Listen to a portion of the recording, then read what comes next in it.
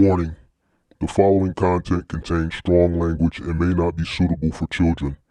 This content is primarily for adults, as this is a trucking channel and truckers have filthy mouths. Please don't tweak if I say. Viewer discretion is advised. Late nights, same chair, same ground, right there. Turn it on, leaning close, this that. Welcome to the Mark, the mentor show, where the plans turn real and the hustlers grow. Talk money, talk mindset, talk get it, let's go. If you came from the bottom, it's the road you know. It's the Mark, the mentor show. Every loss, every lesson, turn it all to gold. From the late night notes to the sold out goals. Say the name one time so the whole world know. Whoa, the Mark, the mentor show. Whoa, the Mark, the mentor show. Whoa, the Mark, the mentor show. The Mark, the mentor show.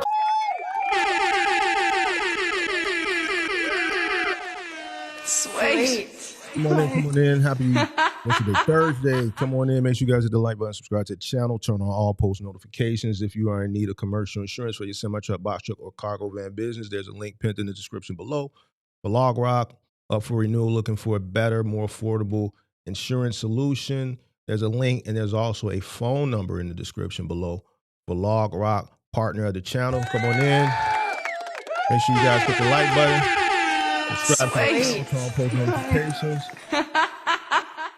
Let's see. Oh, a little light this afternoon. What are we talking about today? What are we talking about? We are talking about trucking wasn't designed to make everybody rich. Oh, that's why they not here. That's why they not here. Maybe they'll fill in a little bit later. We'll see. We'll see. Let's see what we got going on.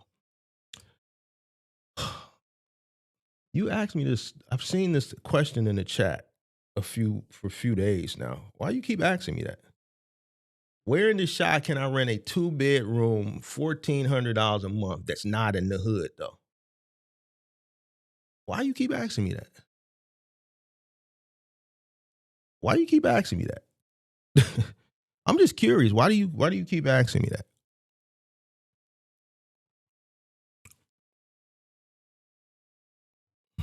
Are you asking because you're looking to rent a place, or like why do you keep asking me that?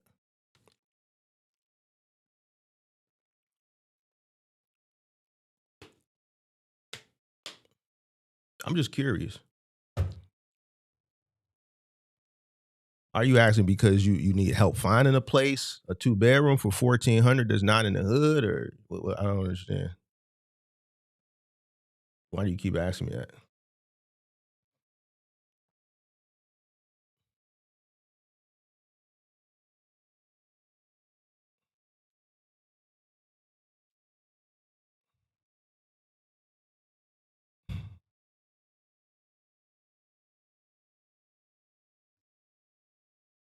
We're gonna give him a chance to get his response together.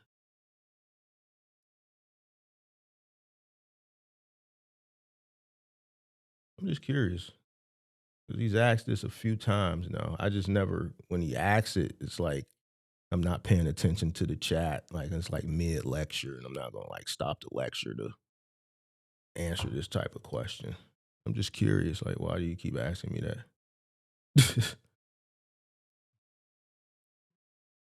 Shout out to Pippi. Shout out to all the moderators in the building. Shout out to Jabari Victor in the building. Shout out to Ty in the building. Shout out to Ben Uzi representing ATL in the building. Shout out to Moving Company Hustle out of Denver in the building. Who else we got? Shout out to people watching on Facebook. Shout out to Chris P. representing Dallas. Shout out to Legacy Mindset representing the Crib. Shout out to Thomas Fowler representing Huntsville. Shout out to D Block.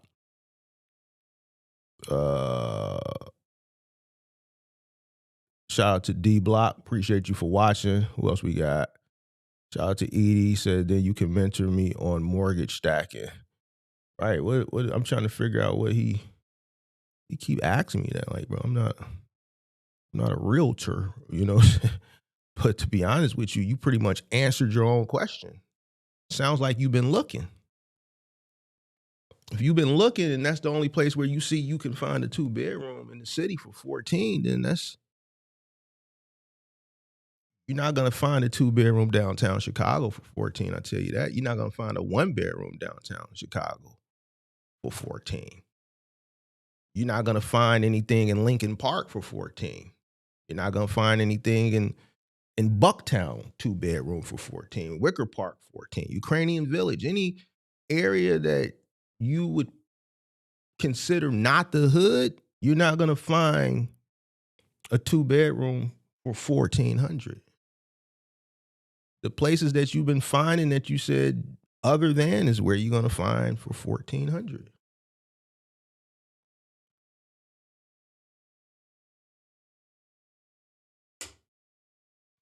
The answer is in the research. I'm in Atlanta with a cargo van, and I'm seeing it's more local money up there than here. Okay, now that makes sense. You gotta be specific when you ask the question. You're not gonna listen. If you come into, you want to relocate up here, and you need a 2-bedroom. You're gonna be in the hood, big dog.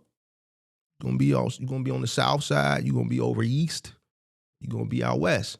If you wanna live around white people, you're gonna have to go up north. But you're gonna pay.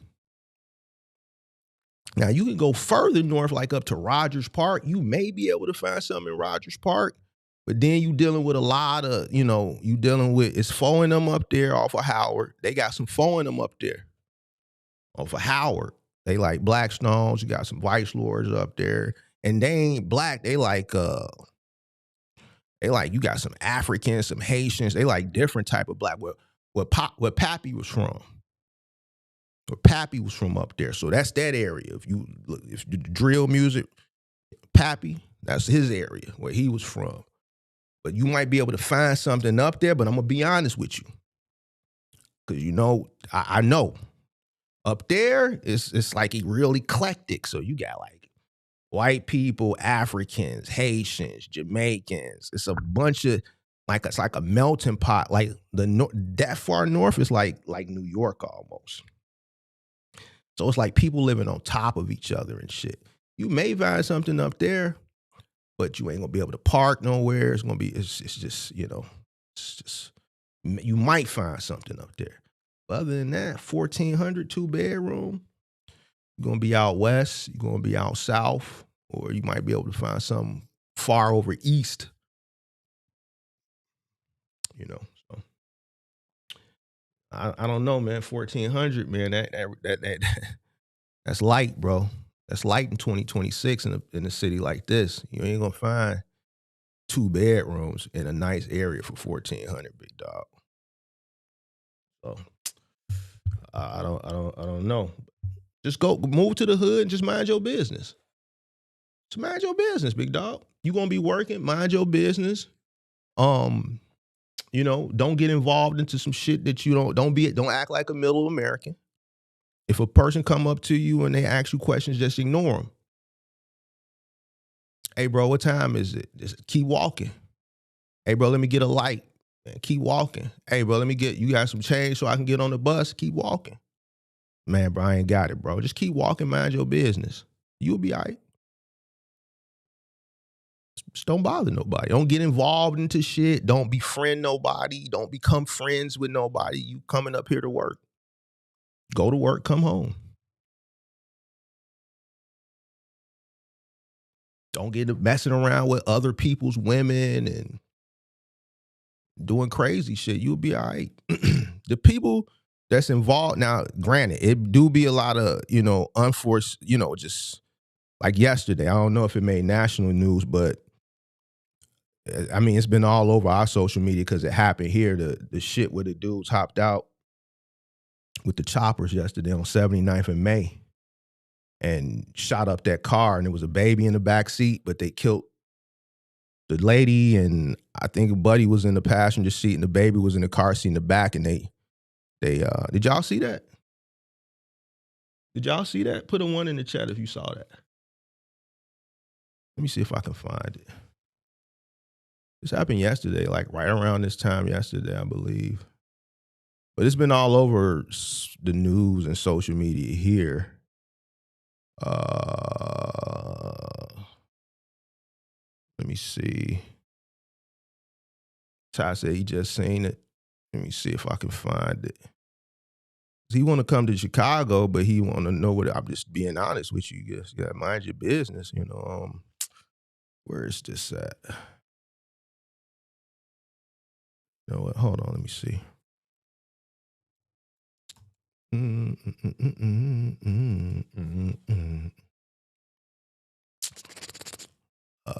Where's that shit at? Think I can find it. Let's see.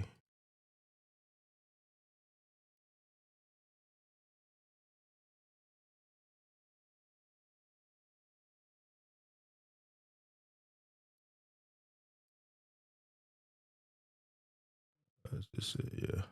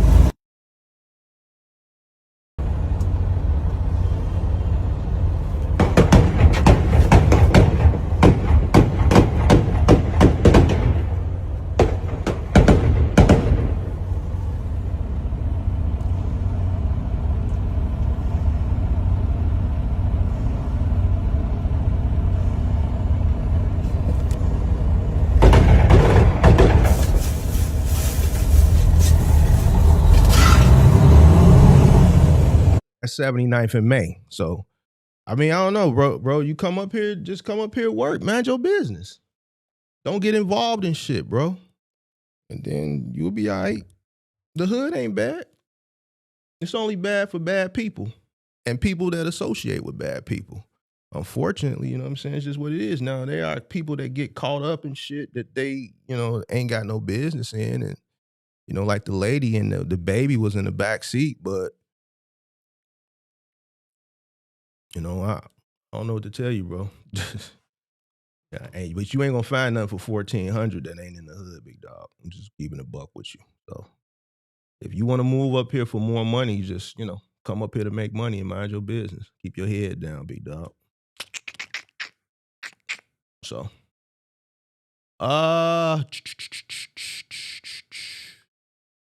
shit, dude was in the truck. Yeah, dude was in the semi truck that recorded it. Yep. Said they was in a red. Yeah, they was in an Alfa Romeo. Probably was stolen. You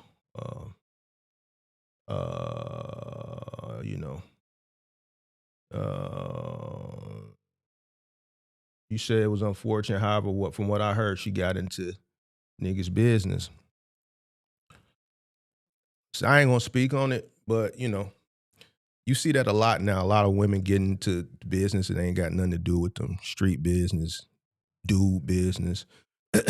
So it is what it is, bro. The streets is the streets. So it is what it is. All right, come on, let's come on in. Make sure you guys hit the like button, subscribe to the channel, turn on all post notifications. Today, we are going to be talking about something that it's kind of the opposite of what your favorite content creators put in y'all head. So we gotta, he said the semi-truck driver now coming back to the crib. I'm trying to figure out why he was on 79th in the first place. He must was finna bust a left or a right on Halsted or some shit, or Ashland, cause shit, 79th ain't nothing but low viaducts. Ain't nothing but low viaducts on 79th, bro. So he must was finna bust a left on Halsted to Ashland. He was finna do something. He wasn't finna get too far, cause he was headed. It looked like he was going east. Looked like he was headed east. So yeah. Well, I don't know. But anyway, let's The trucking game was never designed to make everybody rich. Now, y'all been sending me hella clips. And I seen one I got sent this morning. Buddy was hanging off some Enterprise trucks talking about $1 million. Y'all sent me another one where Buddy was telling y'all ain't gonna get rich with one truck. You got to scale and all this. And we talk about all these things on the channel. And every time they tell you these things, they also say tap in or put get rich in the comment section if you want to get rich. And then you put get rich, you see all the get riches, and then they only comment to the people that say get rich, and then they come under it and they say tap in with the link. We're doing the free thing at 7 p.m. on February 14th. Be there. And then you get hyped up because you hear free and get rich. And then when you come there, that's where they get you. That's where they sell you at. You're going to be in a Zoom or whatever with a bunch of other people, and then that's when they're going to sell you whatever product. They're going to hype you up, and then they're gonna gaslight you, I guess is the right thing to say in today's terminology. Or maybe that's not the right thing, but they're going to hype you up to come into this free thing, and then that's when they're going to try to sell you something. And I'm noticing right now, you see it a lot because it's tax season. Like, people are not stupid. Like the hustlers that y'all called the scammers the other day when y'all was on here complaining and shit, they know it's tax season. They know it's the time where people gonna get large lump sums of money, and this is the time where they can rack up on your ignorance. So this is why I got to get busy too. You dig what I'm saying? I got to get busy dispelling this shit. I'm getting busy dispelling this shit. That's why we kind of taking a step away from like CPM and shit like that, and we focusing on dispelling the myths, but we doing it in an educational way. You're not going to get rich and try. Not everybody's going to get rich. Everybody don't got the mindset to get rich. A rental truck is not going to get you to rich. It's just not. Too much overhead. I know your favorite content creators is telling you that. I know when they shoot their little reels and shit, they got the cars and shit to make you buy into shit because they know you ignorant. But I'm going to keep it a buck with you, bro. Not happening. Now, you can say, oh, it's hating ass nigga. Okay, well, do your research.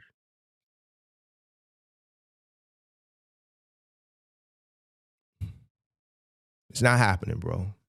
When people say, oh, you got to scale and then you could do it. You got to have a business acumen to scale, and you also have to be profitable with the first truck. Scale doesn't equal profitability, but a lot of y'all think. I've seen so many people fail with one truck or are failing with one truck, like the case study, the guy who came up the other day, and we reacted to it, and he thought more trucks would take him to profitability, even though the first truck was scaling, and let's just put him out of business quicker.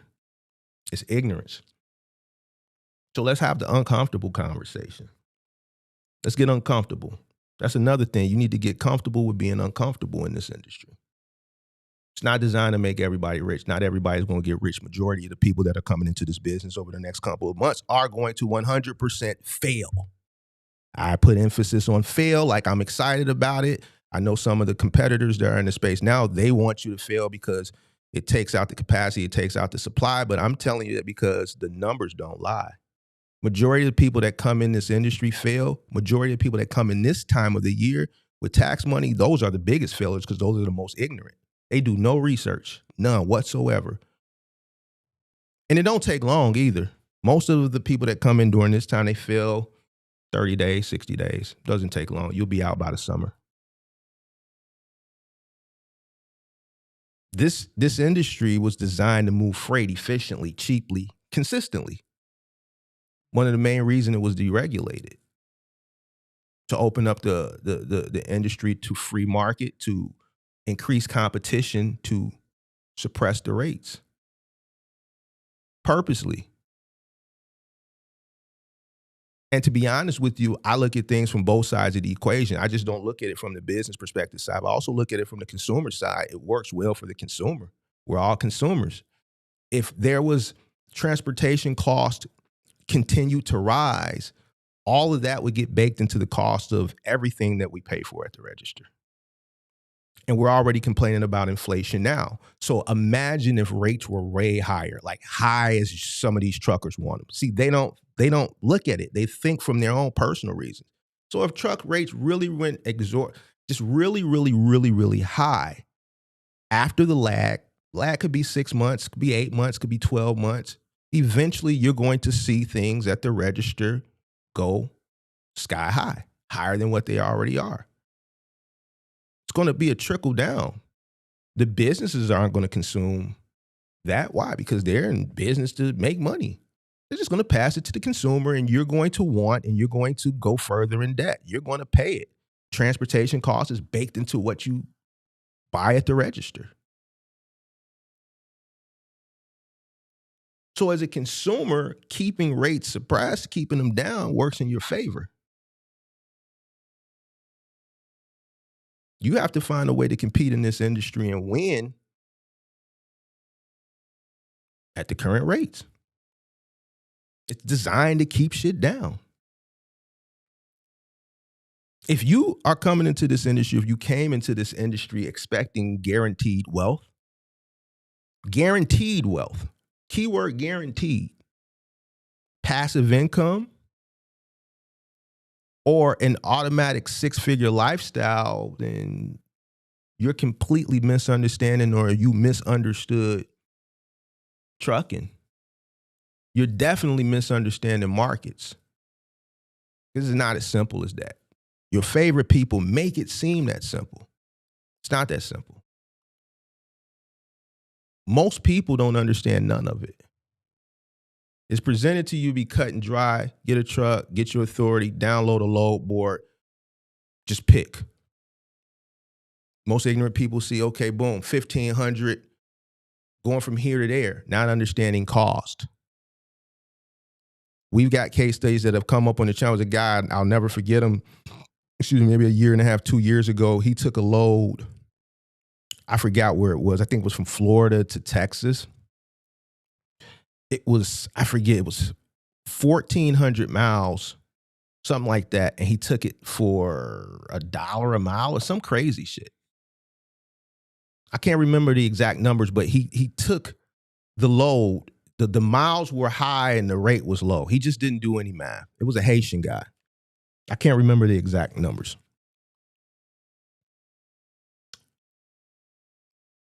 And he just didn't understand cost. He didn't understand shit. He just was picking loads based off the number.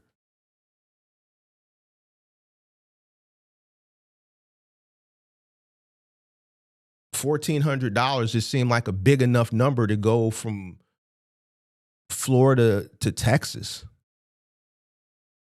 It was either $1,400, $1,400, whatever it was, he did it at a loss.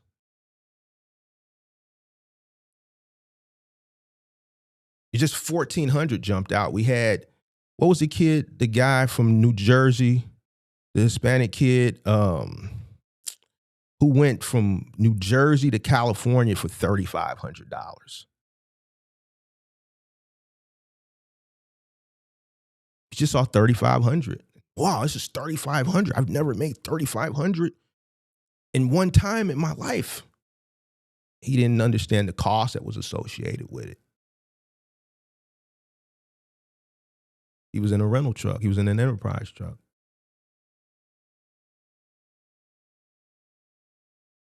The guy who I talked about yesterday, who went from North Carolina to Montana the week of Thanksgiving. Just ignorance.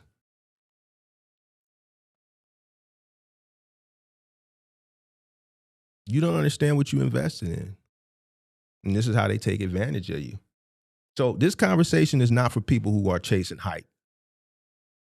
I don't do hype over here. I'm the guy, I'm the Debbie Downer guy. I'm Mr. Debbie Downer. In a good way, though. And the reason why I say it is because the people who chase hype, I'm a Debbie Downer to you.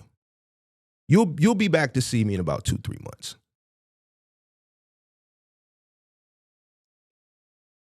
You're not gonna get hype over this. This conversation is for adults. This is for people who are adults who want to really understand what they're about to invest in or what they are investing in, who don't want to lose their money.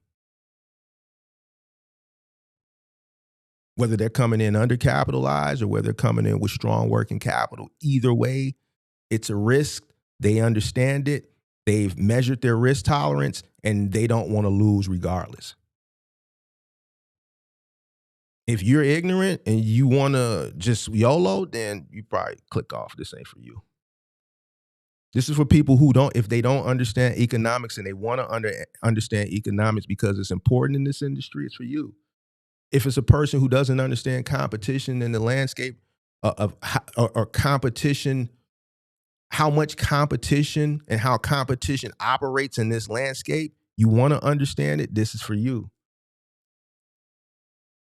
If you want this decision to be something that benefits you long term instead of short term, then this is for you. Because most of the people that are coming in this business, I swear to God, they'll be in and out before Memorial Day. This is facts.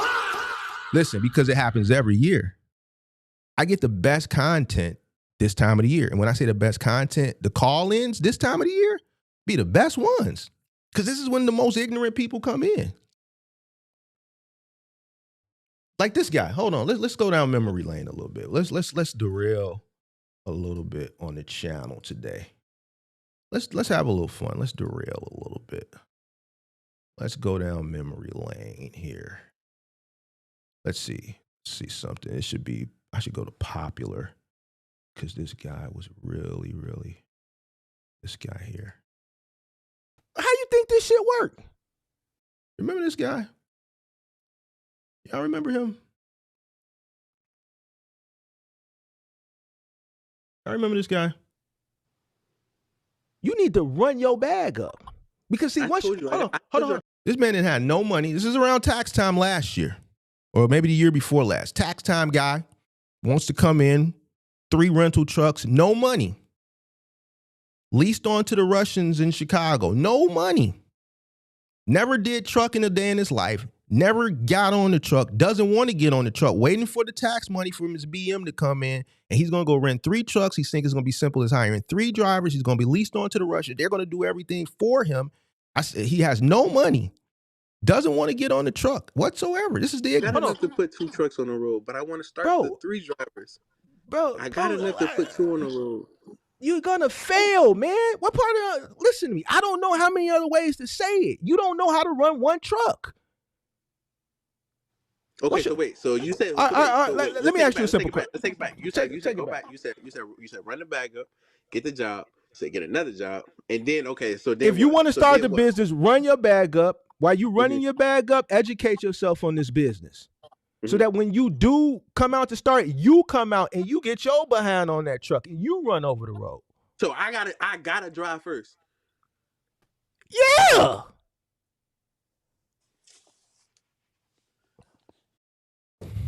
Listen, the content during this time, do you see this ignorance? He thinks it's just simple as not having no money, renting 3 trucks with his tax money, hiring 3 drivers. And he doesn't think he needs to get on the truck to understand and learn the business. I mean, that conversation was probably one of the most ignorant conversations. It's a lot of ignorance in that. So I incline you to go watch it on your own time. I'm not going to go and react to it, but you see the ignorance there.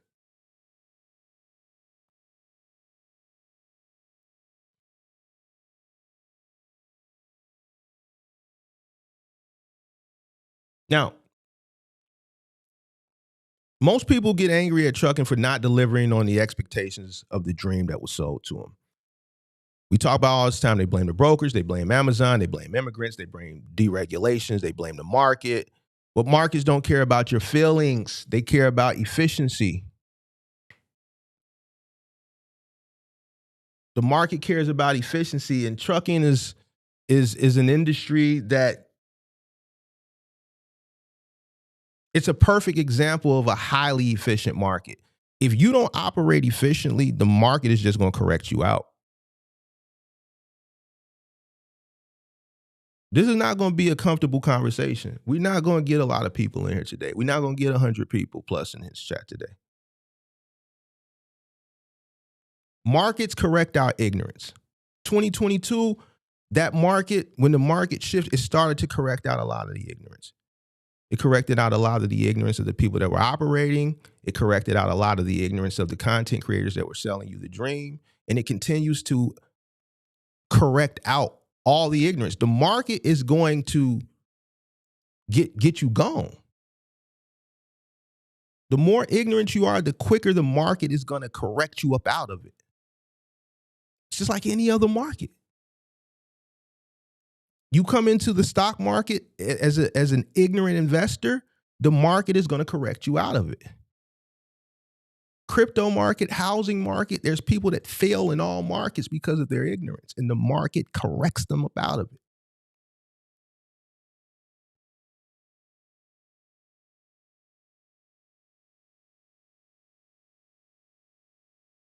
If too many people, or let's say players, because a lot of people call this the trucking game, let's call them players. If too many players enter into the market, the prices are going to fall.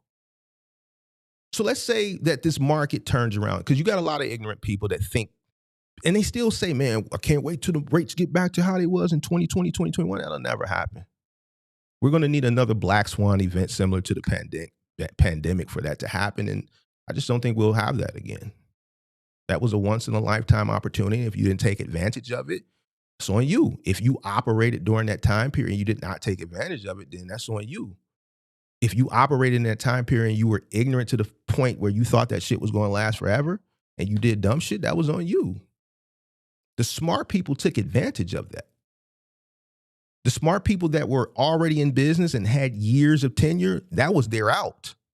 I was watching the lady Trucking Made Successful a few years ago, and she kind of admitted to, I think they ramped up during that time period. And then once the market started to correct itself, her husband and their partners had to get back on the road. They had to lay off all their drivers, and then they had to get back on the road and start to drive. And then me watching this, when she was saying this, I'm like, man, if you guys were already well on your way, that was your exit. Why didn't you take the exit?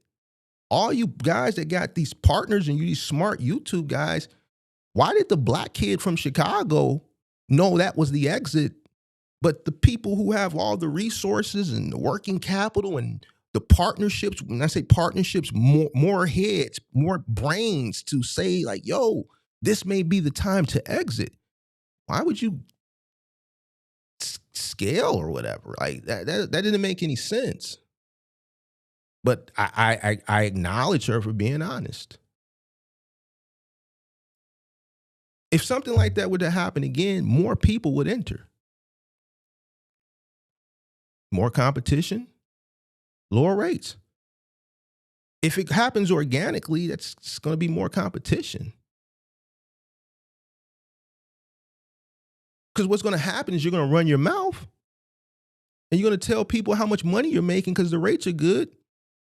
And more people are going to come in to take advantage of these high rates, and eventually the prices are going to fall. The market's going to correct itself, and all that capacity is still going to be lingering, and more people competing for less freight.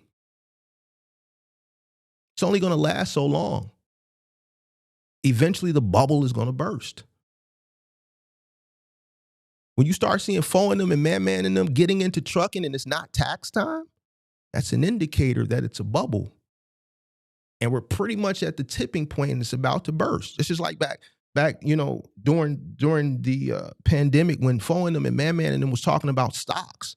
When I seen Man and Fo and them talking about stocks, I said, man, it's time to get going. This is something. No, this is we at the peak. This shit finna come to an end. Let's get our money and move it out. Let's put it into some stable shit. Let's put all the money into SPY, VOO, shit like that. Let's get all the crypto into USDC. Let's get up out of here. This shit is about to come crumbling down. Fo and them talking about, yeah, I got to invest in these weed stocks. Man, y'all know about stocks? Sure enough, about a week, two later, all you saw was red.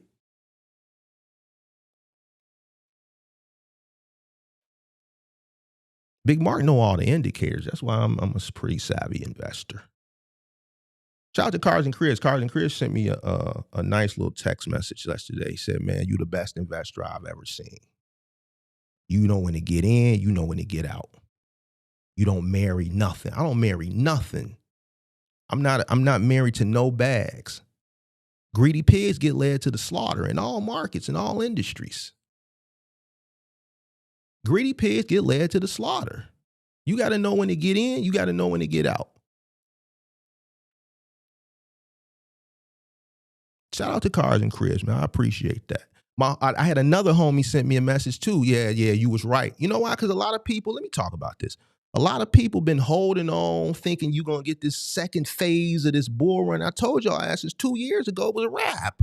So now that you waiting on Bitcoin's finally retracing. Now, man, I'm getting these messages. I told you 2 years ago it was a wrap.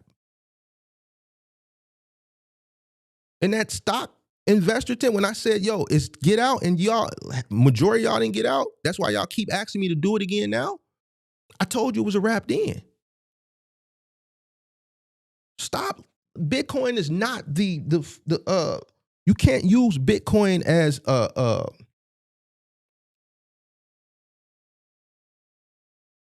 Bitcoin doesn't determine the market anymore as far as crypto is concerned. There's too much institutional investment money in there. The cycle is not what it used to be. I told you this 2 years ago. So all those bags, it just went to nothing. You made it and you held on to it because you were greedy. And greedy pigs get led to the slaughter. Where's the money going to come from? Retailers don't have any money. So where's the retail investment capital going to come from to push the market up? Nobody has any money. Told you this 2 years ago.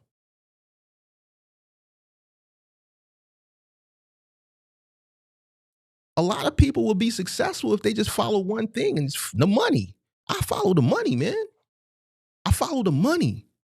Simple. Now, following the money is not as simple as it sounds. Following the money, there's research associated with it, but people don't like the research. Shout out to Cars and Cribs, man, for that text message. I appreciate the acknowledgement.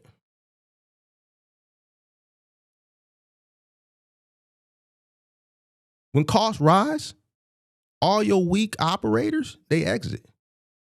A la 2022 going forward. These are people that don't know how to operate when the going gets tough because they're undercapitalized, over leveraged. Good example was Buddy the other day with all the loans. High cost of entry, ignorantly, not understanding that this is a low profit margin business and that your cost should be minimal, as low as possible. Going out doing dumb shit with the money when it was coming in instead of reinvesting back into the business doesn't necessarily mean growing the business, just stashing it away for the rainy day. Because the rainy day is going to come.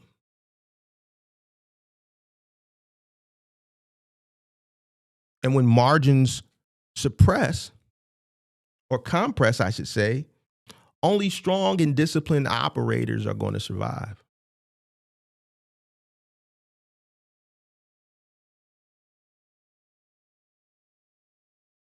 And you should understand this coming into business. This is why majority people fail.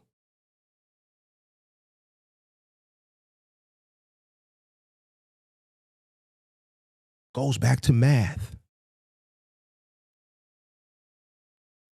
It's a low barrier to entry, which is why so many people would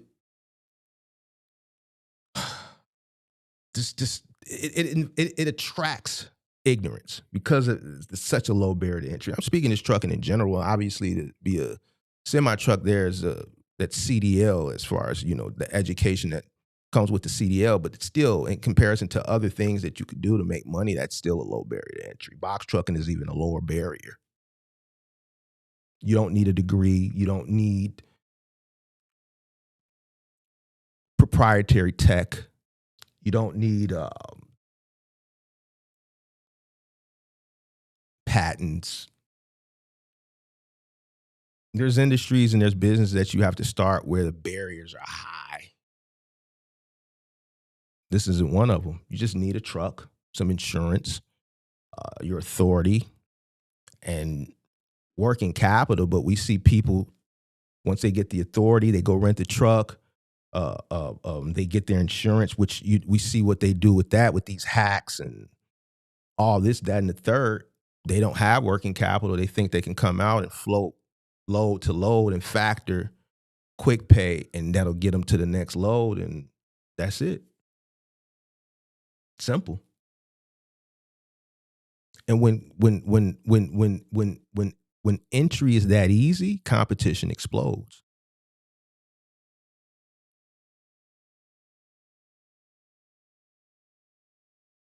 The only thing that for a smart investor that is investing into trucking now, especially box trucking, if you're really, really smart and you do everything, the only concern should be for you is finding people when it's time to scale.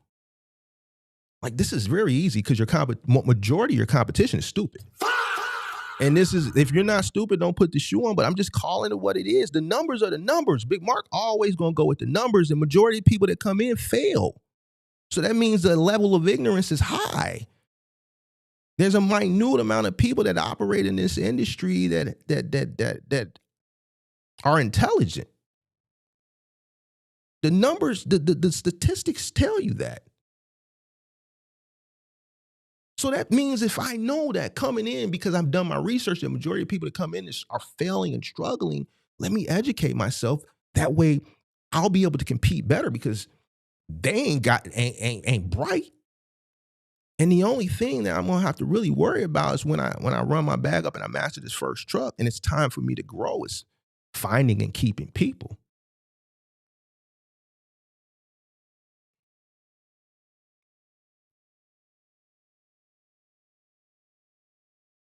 If rates were to rise the way most people who just want this shit to be easy and they thinking rates rising is the answer to their problems, ain't shit gonna happen, but more trucks gonna flood in.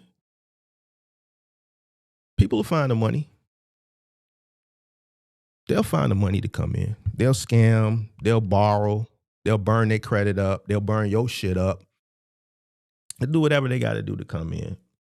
And then eventually rates is gonna fall hard because all that capacity is still gonna be lingering for the most part. That's what we call economics. This is what it is. Now, here's where your favorite people don't talk about. They just sell you the hope. They sell you the idea. They sell you the dream. A person who's in trucking, and listen to this. If I'm in trucking in the current market, why would I want you to come in? Why would I want to give you all the information so for you to be successful if I'm currently in navigating myself? Why would I want more capacity to come in? Why would I want more people to compete with for loads? Y'all, the new people that are coming in, or even some of the people that just came in, they're just trying to figure out this. If I was an OTR guy, why would I want you plus, like, if I build up this social media presence and I got all these people watching me, why would I want to bring more people in to compete with that is ultimately going to compress the rates?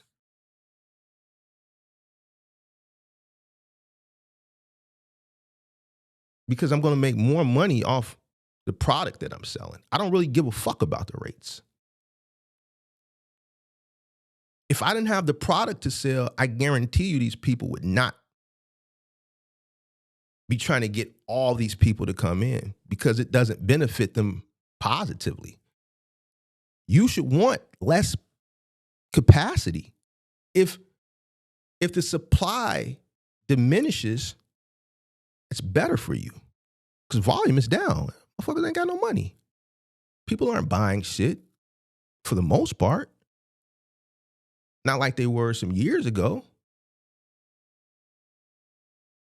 Even prior to the pandemic, when we had organic growth in the economy, like 2018. 2018 was a great year in logistics. 2019, there was a freight recession. It was good for me in my sector. 2018 was a great year for everybody. But if I was an owner operator competing in this market right now in the current landscape, the last thing I would want to do is to invite in more people. There's already more than enough people now.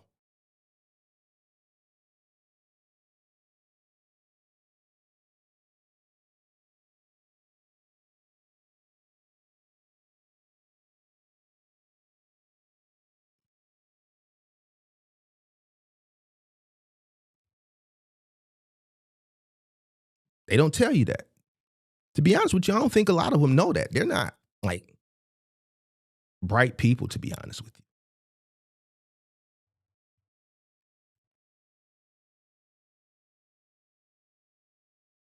If trucking right now was so wildly profitable for everybody, you would see a bunch of people rushing in like you did during the pandemic. And it's going to be profitable till it's not, for the reason what I'm talking about. Competition exists across the board. Brokers compete with brokers. Carriers compete with carriers. Owner operators compete with owner operators.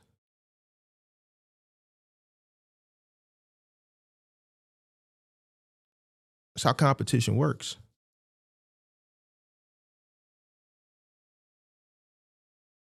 Across the landscape, household goods, final mile. I put my foot on a lot of owner operators' necks and some 3PLs. Operating at scale, I can operate cheaper than you. I'm at scale. You got you and your one little van or your one little box truck that you have to make enough money to sustain a business, and you got to pay yourself because you got to have a home to go to once you're done with your route. I got a fleet in here. I got 9 trucks doing Office Depot. I got another 3 to 6 trucks doing IKEA in this one facility.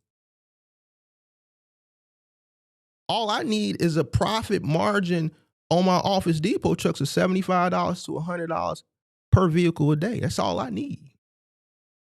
See, you got to make $300-400. I don't, because I'm doing more than that over the span of 9 vehicles. All I need is $75 to $100 for each one. That's it. You're going to be like, man, that's it? Yeah, that's it. That's why I'm sitting here right now.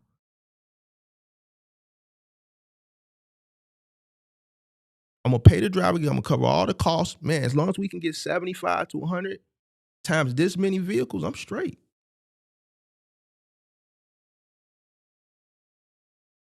I got these other trucks doing select. I got 3 trucks doing moving.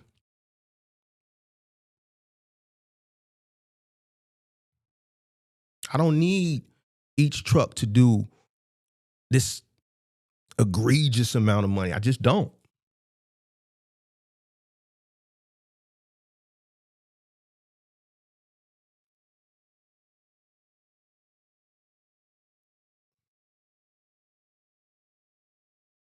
The single owner operator, he does, because he has to sustain the business and sustain the. So I'm putting my foot on people's necks in there because I can bid lower than you. Give me a guarantee of $300.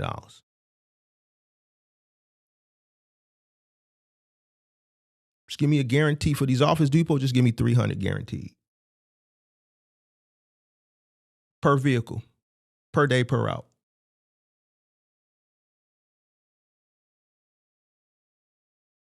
And watch me make that shit shake.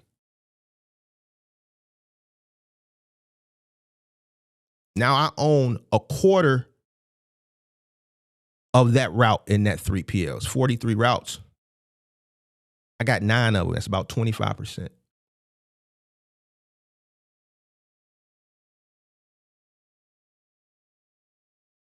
That's 9 ICs that I, one by one, got up out the way.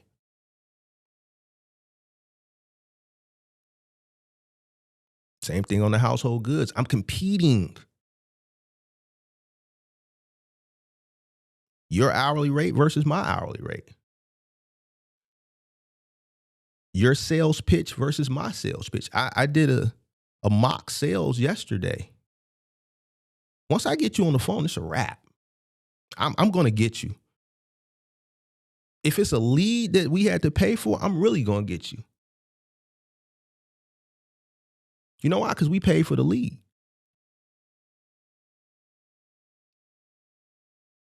Thumbtack charged me $30 for this lead. I got you on the phone. I got to get you. I know what my profit margin is. I got 100% markup on every man. Plus my truck fee costs, which I'm making money hand over fist because I'm timesing that times 2 or 3 a day, especially for the 16-footers. The 26-footers is just sitting. They're going to do one move a day. They on the big job. I tell you $150 an hour and I hear it in your voice, but then you tell me, yo, I like your quote, but I got a more competitive quote. If you tell me that, I'm going to ask you, what was the quote and with who? Well, Dominguez and them, they're charging me $140 an hour. And that $10 an hour is going to make a difference because it's probably going to be a 5 or 6 hour job. I could take that $60, $50, $60 and do something else with it. All right, bet. So what I'm going to do is I'm going to meet what they told you at $140, and I'll give you an additional 10% off if we can nail it right now. Still making money hand over fist. You do that? Yeah, we lock it in right now. I'll meet it $140, and I'll take an additional 10% off the total. Yeah, let's do it. I absolutely stepped on Dominguez's neck. Fuck Dominguez. Fuck about Dominguez. The customer shouldn't have told me they had a competitive rate. If they would have just been like, yo, I'm going to call you back, I may have still pushed it, but then again, I may have not. It depends on the time of the year. It depends on if it's peak moving season. If it's the first of the month move, I ain't really tripping because I'm going to get 1 million more calls for the first of the month. But if you tell me, you give me an indicator that you got a competitive price, I want to know who and I want to know how much. One is giving me more data that I need anyway, what the competition is charging. And two, if it's not that far off, let me just go ahead and get that. I'm not really tripping. I'm already at 100% markup. So it give you $10 off an hour and take another 10% off the total. He's still way in the profit. Fuck Dominguez.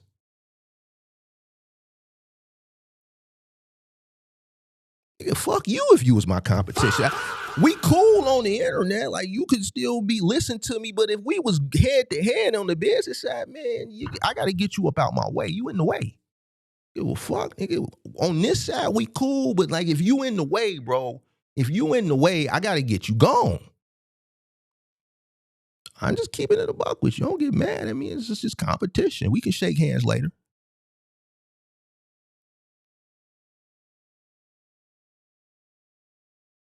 Ain't nobody entitled to high margins because they work hard. You want high margins, you gotta pretty much earn them.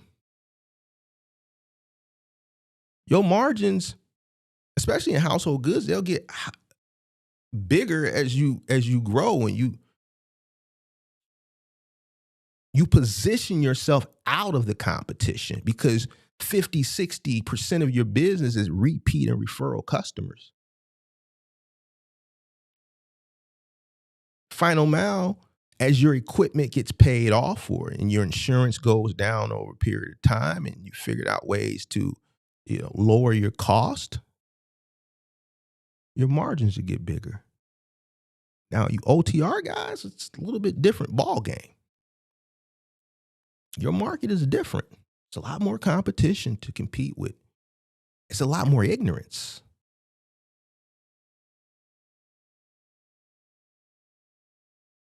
More competition, lower rates. See, y'all don't want to do the hard shit. Y'all don't want to do the physical shit. Okay, fine. You just have to compete with more people and deal with these smaller profit margins. And your math has to really math, which a lot of people don't like to do. Well, man, as long as I keep the wheel spinning, we hear people say that. We heard a guy say that yesterday, the day before. I think it was the guy that said it with all the loans. That shit don't defeat supply and demand. I don't care.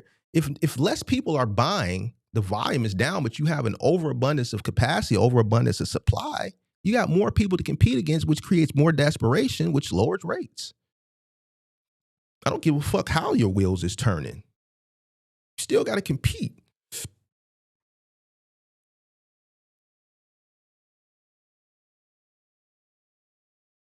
You on a load board, you calling a broker, it might have been 10 other motherfuckers that called that same broker for that same load. And he's just tallying the shit up. We talked about it yesterday and the day before. You think the broker is looking out for your best interest? He may look out for the best interest of somebody who he has a rapport with on certain loads. But for the most part, man, the best person win. The best person in his eyes is the person who's going to take it for the cheapest. Selling you something, big dog.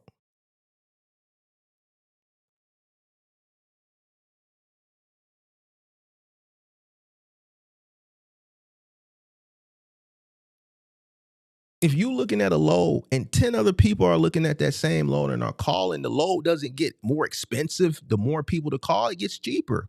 It's a bidding process. But it's going in the opposite direction of what you're thinking. This ain't an auction, big dog. They're not auctioning off loads. See, I think a lot of people think when they deal with brokers, it's an auction. It's not an auction, bro.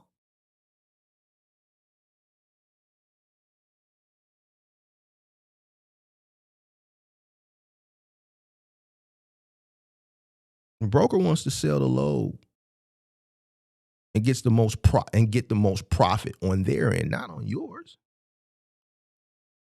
Why do y'all think brokers are y'all friends? Stop telling them all y'all business too.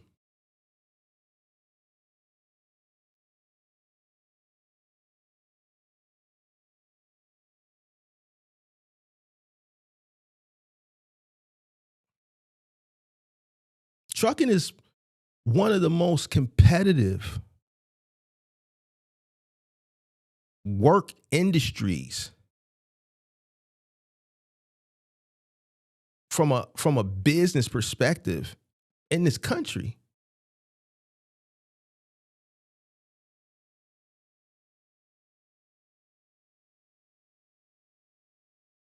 Especially on that OTR side.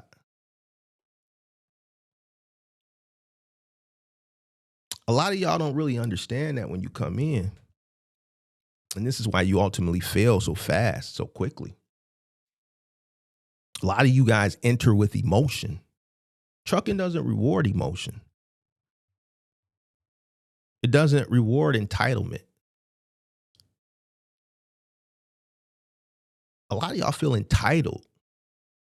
Nobody owes you shit. Did you just hear what I said? If me and you were competition,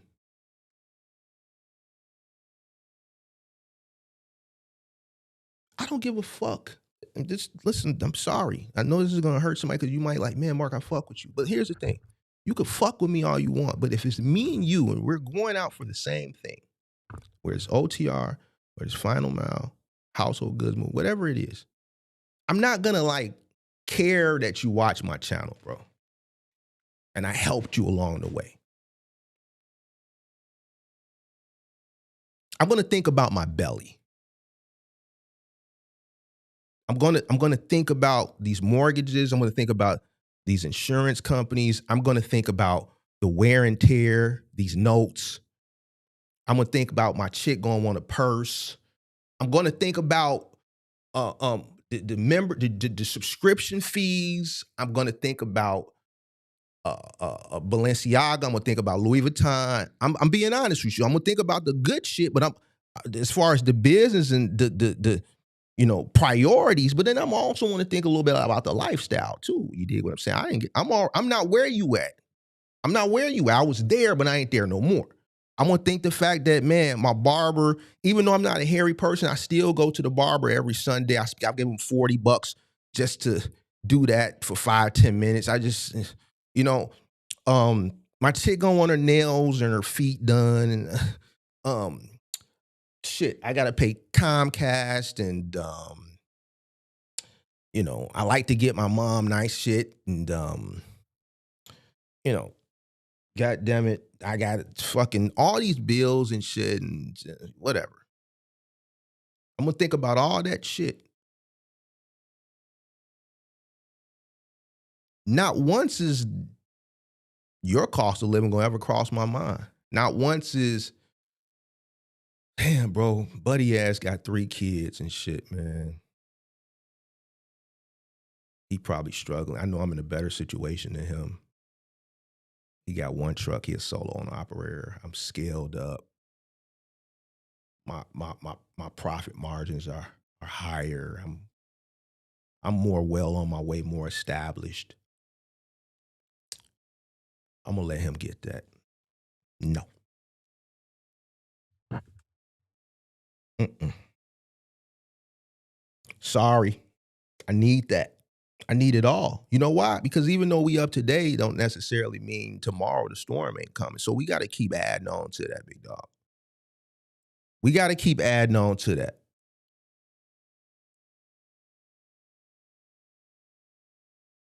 I'm not going to come here or call this broker to be charitable. I'm not going to pay these fees and pay this insurance and the ICC and all this shit to just be charitable and just let jobs go through. I'm not going to go into a 3PL and just be like, yo, you know, man, these guys, man, they just single owner operators and they just trying to get by. And nah, I don't give a fuck about that shit, big dog. Because guess what? It's cats from around the way that need work, man. Like them little phone them that we saw at the beginning that did that. Man, maybe if they had job opportunities in the neighborhood, maybe they wouldn't have went and did that shit yesterday. You know how many people I gave opportunities to that did shit like that, but when they was working for me, they were too busy working, so they didn't do shit like that. So it don't necessarily have to be the fact that I'm looking to step on your neck so that I can continue to enrich myself and make money and shit like that. It could also be to give back to my community and keep people working because there's not many jobs in the community, and I can keep people off the street from doing what you saw, what I showed early in the monologue. As soon as I stepped away, one of my employees got killed. Went straight back to the street. I've talked about it before. I've had people that have come to me and say, Mark, you got to keep me working so it can keep me out the street.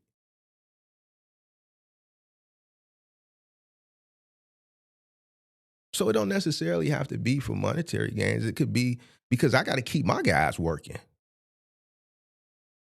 It's us. It's us. Everybody that got this uniform with my company name is a part of my mob. And as the leader of this mob, it's my responsibility to keep them fed so that I can keep them off your ass. Because these will be the same motherfuckers that come get down on your ass. So let me keep them fed. See, this is going through my head too. So I need to get that up out you, big dog. You can't do it as cheap as I can and be profitable. That's competition, and it exists, and it's real. And that's why a lot of people fail, because they don't understand it. They feel entitled. They think it's enough money for everybody. I don't think so. I don't think it is, because if it was, everybody would get it. And wouldn't be nobody complaining. When it was enough for everybody, it was enough for everybody. And that only lasted a year and a half. And most of the people didn't do what they were supposed to do anyway, because they was too fucking ignorant and stupid and in the euphoric phase of a bubble, not really understanding the euphoria to step outside of the euphoria and understand what the fuck was going on and what they were investing in. They were just too busy geeked up because the money was just there. It's not enough money. How is it enough when we're all competing? If it was enough, everybody would have something for everybody and would nobody be competing. It's enough for everybody. It's opportunity for everybody, and it's not. If it was enough, I wouldn't be sitting here doing lectures about stepping on necks. I would get what I would get. They would get what they would get. They would get what they would get. We wouldn't have to compete. I would have to figure out ways to continue to keep my costs down. I got to continuously keep my costs down because what? It's going to be something that's going to continue to go up whether I like it or not, and that's labor costs. Somebody's going to always come in and say, Mark, I want more money. I want more money. You know what? Mark got to give it to them because I need them, especially if it's a person that's valuable to me. Man, I had people walk in and ask for $3 raises. One of my homies, he was fighting a case. He didn't work for me. He would only come work for me. Every time he was fighting a case, he would come work for me. That motherfucker came and linked on me for $28 an hour. It's my homie. He's one of my best homies. So, I gave it to him. This was fucking 2019. This is before the pandemic. That motherfucker like, Mark, I'm fighting a case, bro. I need to work. I can't do what I'm doing because I'm fighting a case, so I got to do something. You did what I'm saying on the legitimate side. I need to work. But, man, you can't pay me like you pay these niggas, man. I'm one of the guys. You got to, what you need, bro? Man, I need 28. I gave him 28, bro.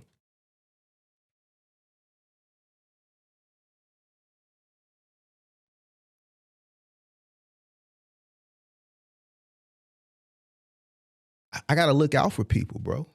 So I need it. I got to get you up out the way. I got people that need work. They fighting cases and shit, bro. I got to keep my people fed.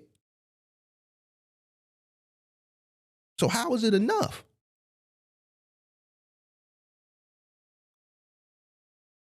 You think this is entirely because your favorite person told you this is an $875 billion a year business.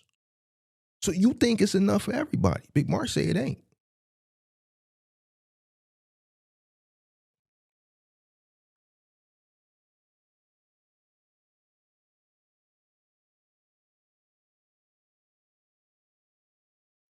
It don't reward people that want to live a life too early. It doesn't reward the people who got that you deserve it or I deserve it shit.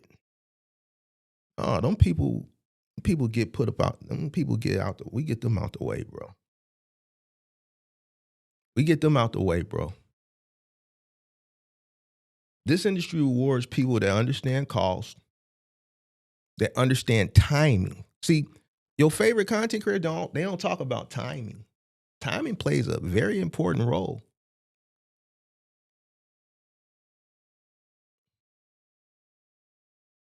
On both sides, the entrance and the exit. Me, in hindsight, I can tell you very, very well how timing plays. I came in 2010. The housing market crash. Mark, the housing market crash was in 08.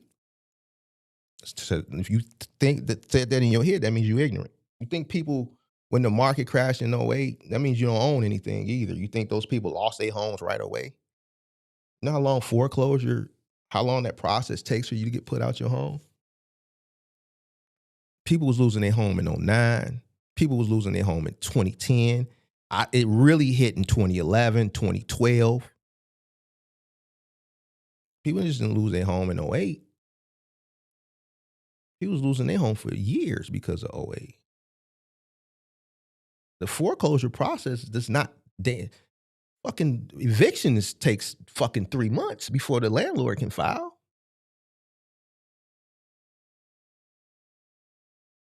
Process for foreclosure is 9 months.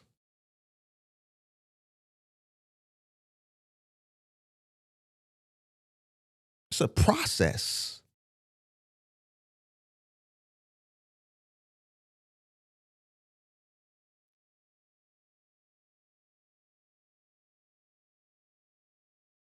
I made a lot of money at the beginning, and I'm not saying I knew it. I'm always transparent. It was unbeknownst to me. But timing played a pivotal role. Due to an unfortunate event of people losing their homes. It was the best time to start a moving company. It was the best time to start a storage company.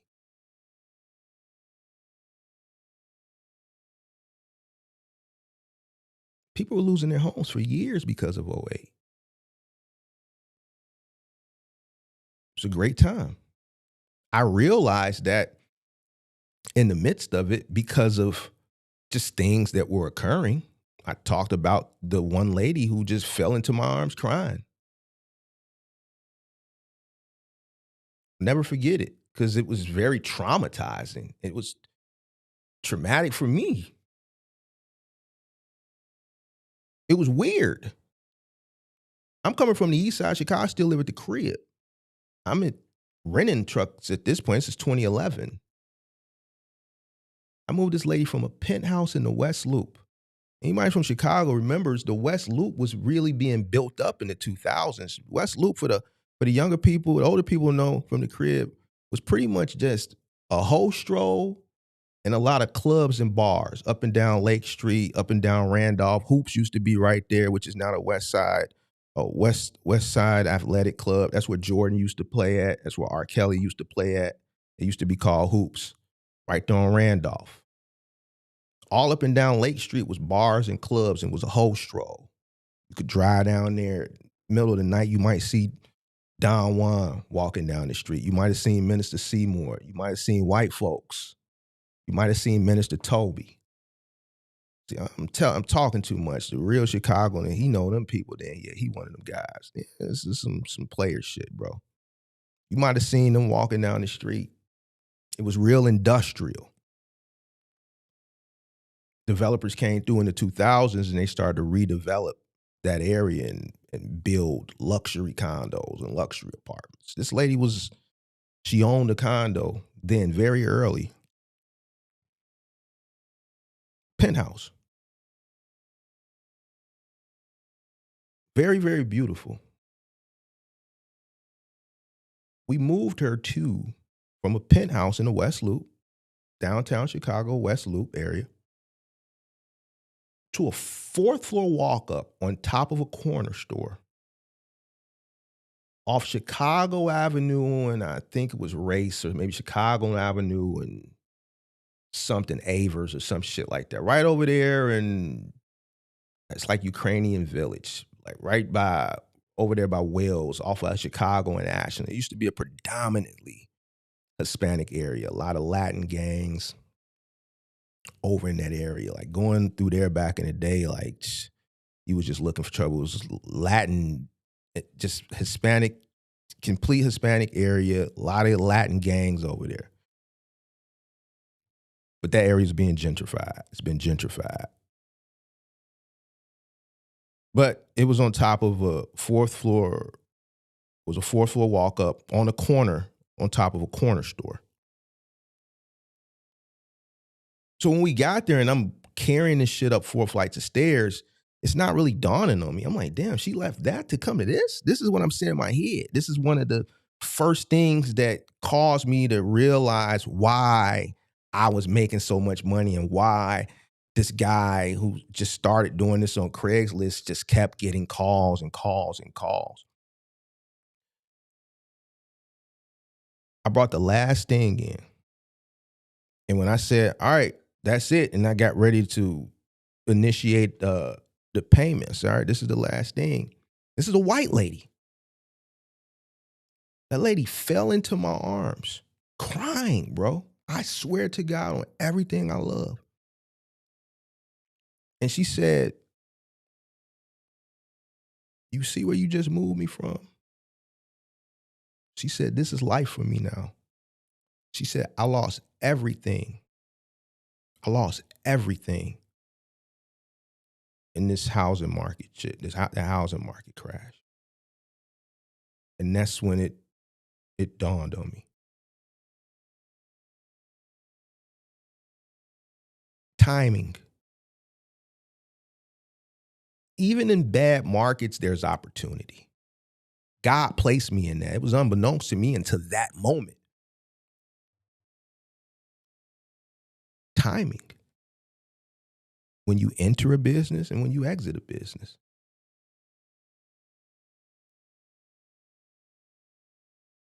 People don't understand that. They don't understand how important that is. Capital discipline.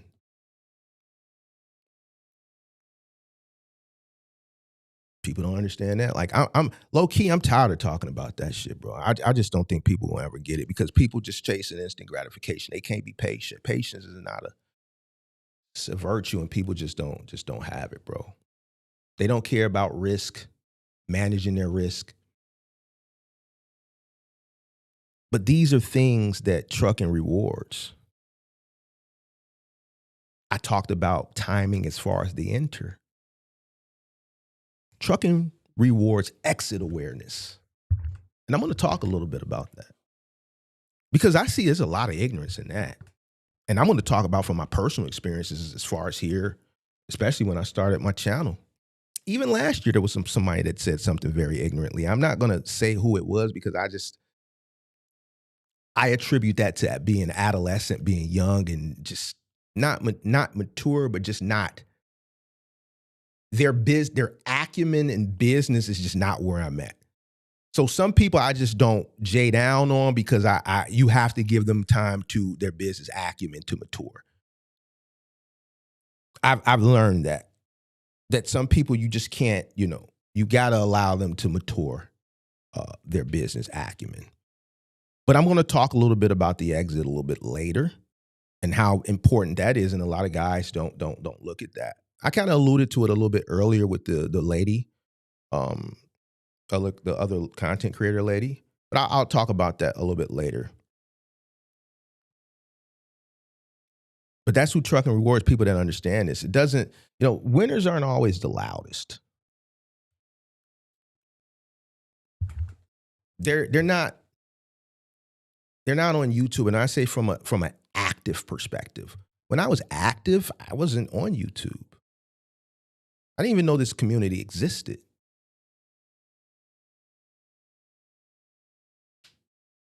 Too busy working.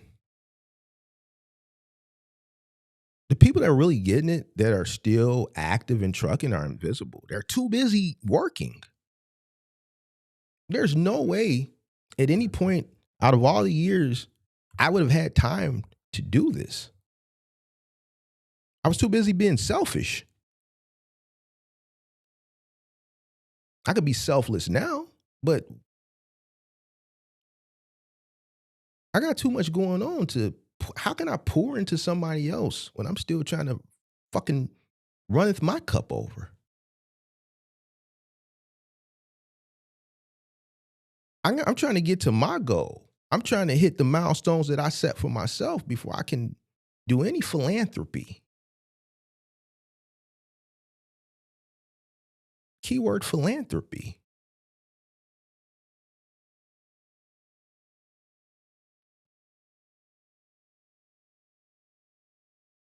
Winners know when to get the fuck up out the way. They know when to park. They know when to sail.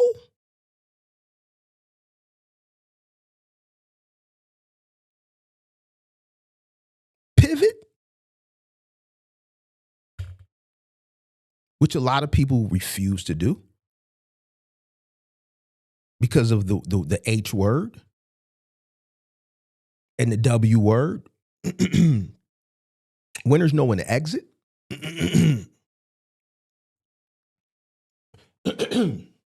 They treat trucking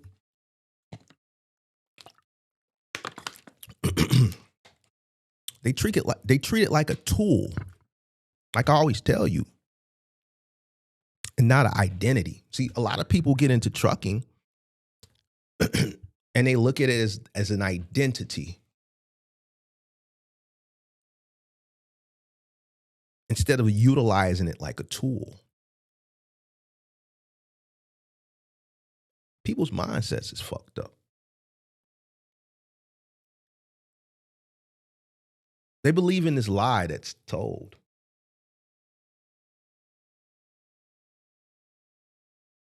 And they get a lot of newcomer that trucking is supposed to be forever. Nothing is forever. You've been watching me. I say that shit all the time. Shout out to Cars and Cribs again. He sent me that nice text message. I said, nothing is forever. You got to know when to buy, sell, get in, get out. Nothing is forever. You see a lot of case studies of older, silver, gray-haired board directors that own companies and they get wiped out suddenly with technology. Why? Because technology moved a lot slower decades prior than it does today. There's a lot of board of directors that just didn't see e-commerce coming. They just didn't believe it.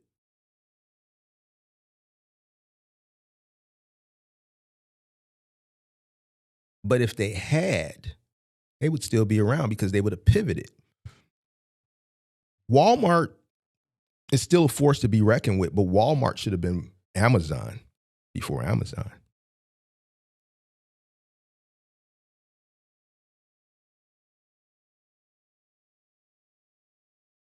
They had the footprint from a real estate perspective. They have the money to invest into the R&D. And they have the money back then to build the technology. They're trying to keep up with Amazon now, but they should have been Amazon before Amazon. They were already the king of brick and mortar, big box retail. They should have jumped on the online thing way sooner.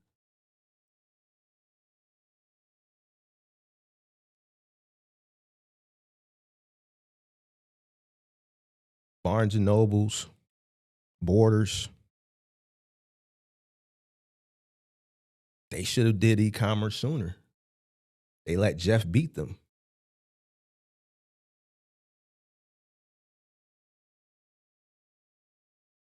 KB, Toys R Us, they should have built a e-commerce toy store way sooner.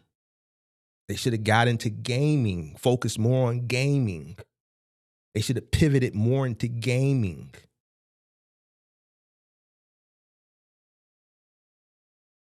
We can speak on these things now. Hindsight is 2020. But I'm showing you different things to prove to you that nothing lasts forever. Once upon a time, they thought it would. Look at the runs these companies had. Decades. But soon as this technology came, it didn't take long for the business to start failing and ultimately go out of business. It didn't take a fraction of the time for them to fail as the time that they had as far as success. It's like that. They were ignorant because they were complacent. They were comfortable.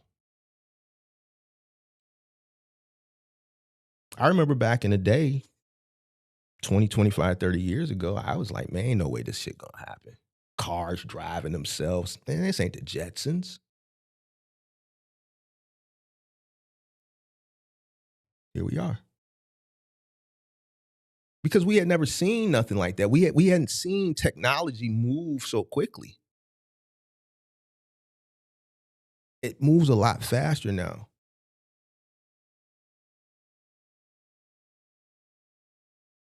Nothing lasts forever. It doesn't necessarily have to be trucking that I'm talking about.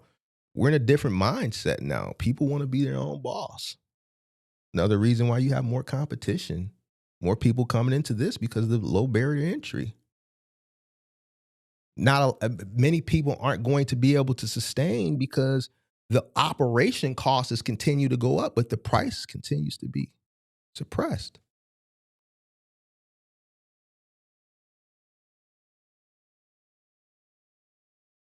For many people, trucking is a season, a bridge. Once upon a time, you could build a legacy company. You see a lot of legacy companies going out of business now. I had a conversation with the young lady, Rebecca, a couple of weeks ago on the call. And she asked me, Mark, what do you think? I think the megacorps are going to absorb the owner-operators that can't afford to operate. And these legacy companies that you see, 100, 200, 300 trucks that are failing, they're just going to absorb it. Capacity isn't going to change because those drivers that worked for the companies that had 100 trucks or 200 trucks, these guys got CDLs. They're just going to get absorbed by the mega carriers. They'll take them. Capacity ain't going nowhere. These companies are failing. The drivers are getting absorbed. Capacity stays the same. Mega corporations can operate where those large companies can't. And do it successfully on a very, very razor-thin profit margin.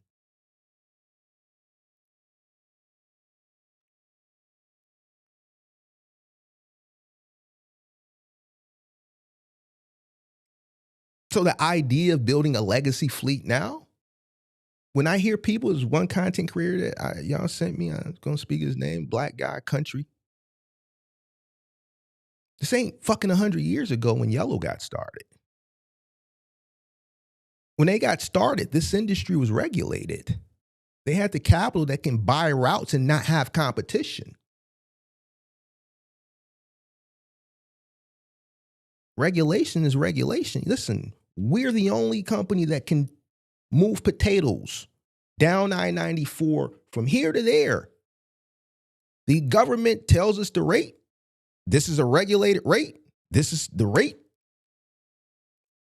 We have no competition. We own this route on this stretch of highway, and we're going to get money. Truckers are paid good. Companies are, their earnings are good.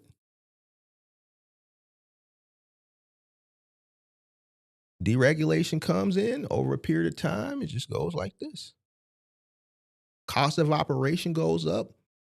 Cost of living goes up, which means workers want more money. That's why the large companies are failing and the mega corporations are just absorbing them.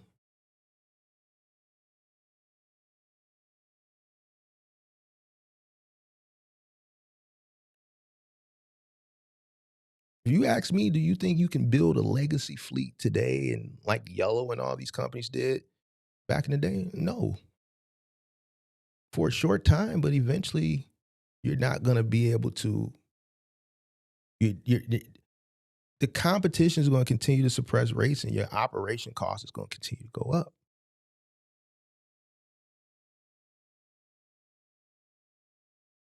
So that's what I'm saying. Things change. Nothing lasts forever.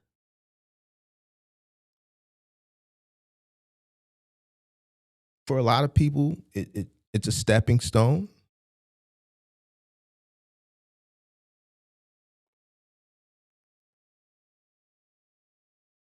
The smartest people that get into any business, one of the main questions they ask at the beginning is, what's the end game? Of the almost 4 years that I've been creating content, I have a handful of people that actually have an exit plan or have even mentioned it.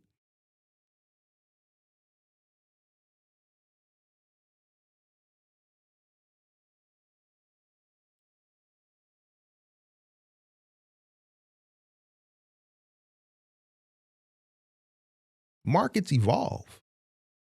This market is evolving right in front of your eyes. It's just people are too ignorant.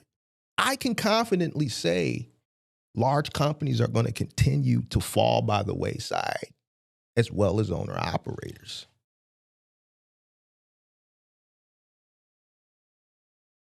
And mega corporations, mega companies are just going to absorb. Technology is going to continue to change and get better. Regulations are going to continue to shift. Costs are going to continue to go up, one of them being labor. Labor is going to demand more because their personal cost of living is going up. Your drivers are going to want more money over time. That's why they're going to hop seats. That's why seat hopping is so. See him hopping. Depending on the industry that you're in, and it really doesn't matter, OTR, final mile, household goods, bodies age. People get older. Household goods is taxing. Final mile is taxing. I talk about health insurance. You know what happens with these men that are on these trucks driving? See, y'all favorite people don't talk about shit like this. You just sitting there all the fucking day, the OTR guys. It's not healthy for your prostate.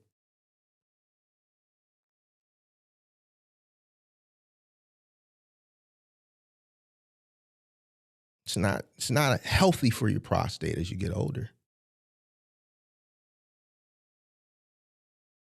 You're eating truck stops, not a lot of unhealthy options. You're sitting for long periods of time. We see these truckers, they're not exercising. They can't bend over and touch their toes. And I'm not trying to be funny, I'm just being serious. We're talking about all the different things. We see people are dying earlier now. We talked about that last week. I'm seeing a trend. 50 is turning into the new 80. Damn near everybody I know that died last year, celebrity, non-celebrity, people I know in person, people I know indirectly through other people, majority of the people I know that passed last year were in their 50s.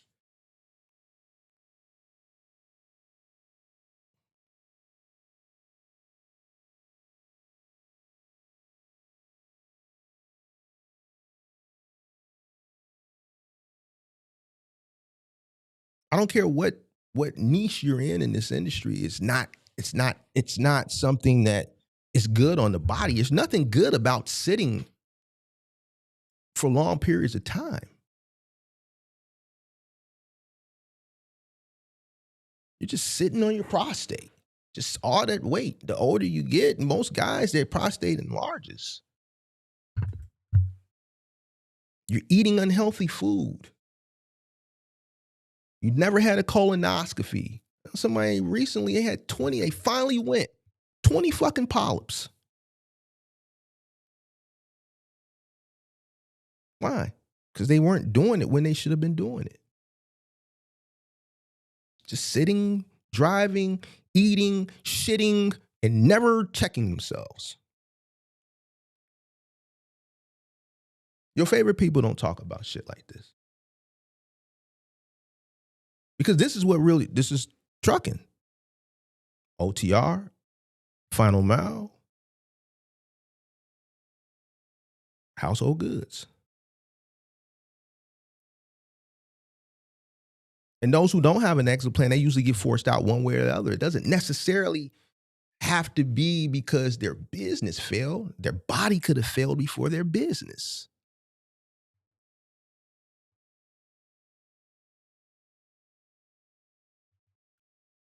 We had some content creators last year, the year before last. Health scares. Young.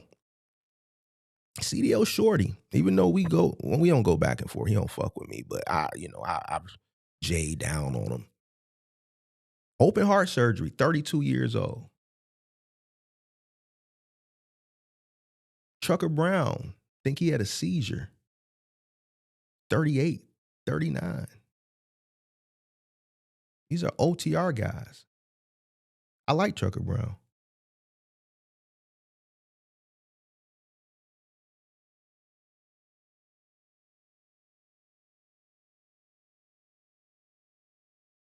$38, $39, OTR guy, seizure.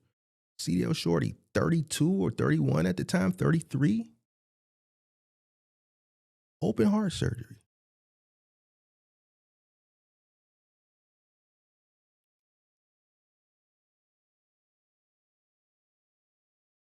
So it doesn't have to be the business. Your body can. This is taxing, strenuous, and it doesn't matter the niche. So since we're talking about that, let's talk about why exit strategies matter. It's very important. This is something that never gets talked about. And I know why. A lot of your favorite people are new entrants. When I say new entrants, they've come in the pandemic. They don't understand business, plans and things like that. And they think this shit is gonna last forever. I'm gonna give you an example why. I ain't gonna say no names, but if you know, you know. If you watch my content, you'll know where I'm going with this. Everybody obsesses over how to start. What truck to buy, what load board to use. all that shit, which is fine and dandy. But nobody talks about or plans when to downsize, if necessary, when to sell equipment,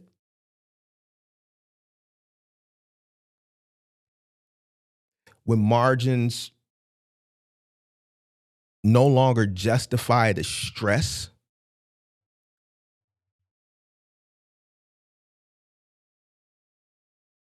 When the money that you have is better deployed elsewhere. And you see me tell people that, talk about that all the time. You know, you're better off putting that money. It was a guy that came to me a few weeks ago. He had like 200,000. Now your favorite content creator would have still led them into this. And I said, well, if you got 200,000, why the fuck are you looking at trucking? What you mean, Mark? Just because I do trucking content doesn't mean trucking is always going to be the answer. It may not be the answer for you.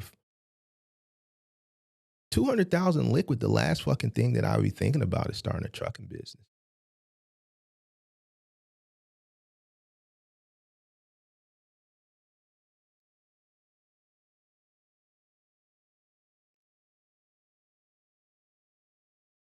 Why?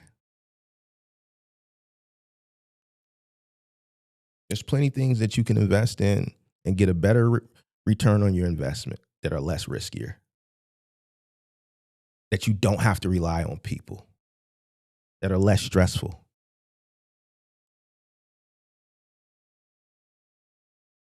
Some people just don't know where to deploy or when it's time to deploy capital elsewhere, where capital could better be used or where capital could get a better return on investment elsewhere. Ignorance, lack of financial literacy. And then the people that are ignorant because they don't know these things, they burn out. They go broke slowly. They end bitterly. And they come back to social media, or they come on social media and then they say trucking is trash.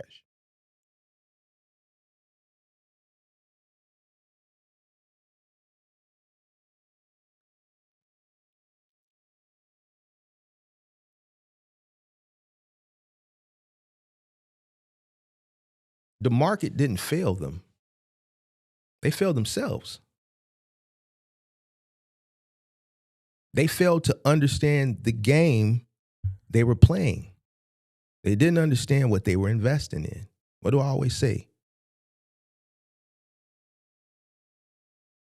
Don't invest into something that you don't understand.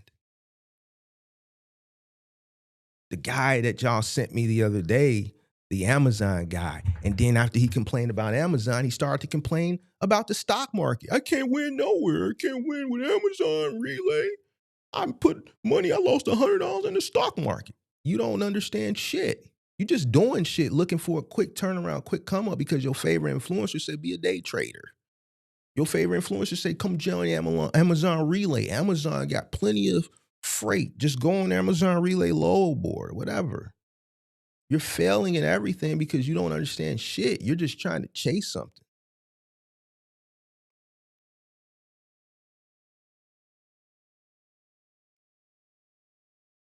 Don't invest into something that you don't understand. Research, understand what you're about to get yourself into. Measure your risk tolerance. Do you have a low risk tolerance? Do you have a high risk tolerance? Do you have enough working capital? Do you have a plan? Do you have an exit strategy? What's your market analysis? What's your mission statement?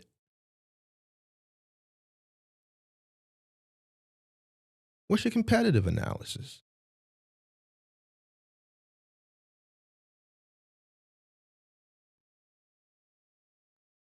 Don't invest into something that you don't understand.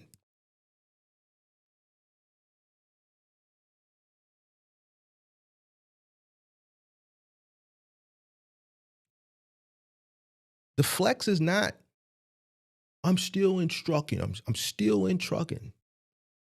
I'm still trucking. A lot of people say I'm still trucking. I'm still trucking. It's a lot. We showed the white guy with the gray hair that the one company YouTube channel likes to use. He's living in this box truck. He's been trucking for 40 years. His wife died. He came off the road. He barely could do a service for her. And as soon as the service was over, he got right back in his box truck and he started driving. This fucking guy's been driving 40, 50 years. He can't even retire. And I'm not saying that to make fun of him. That's a great case study because you don't want to end up like that motherfucker. Look at him. He looks disheveled. Doesn't look happy. Your latter years in life, you're supposed to be living life. You're supposed to be happy. You shouldn't look disheveled.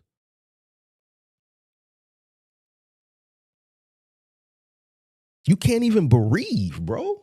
Like, bro, God forbid, man, somebody like, I don't even want to say no names because I don't even want to talk that shit into existence, bro. But if anybody that I love that's near and dear to my heart, there's no way I'm going to be able to go to the service. And as soon as the service is over and we leave the fucking cemetery and we go back to the church and do the repast, I'm just going to go punch a clock or get in the truck and just go drive, especially a truck.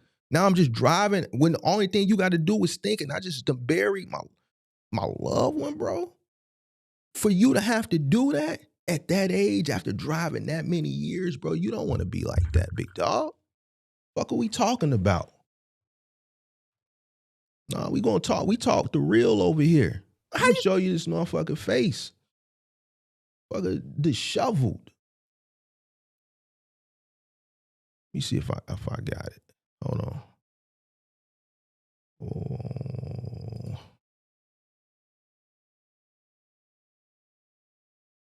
Let me see if I got it.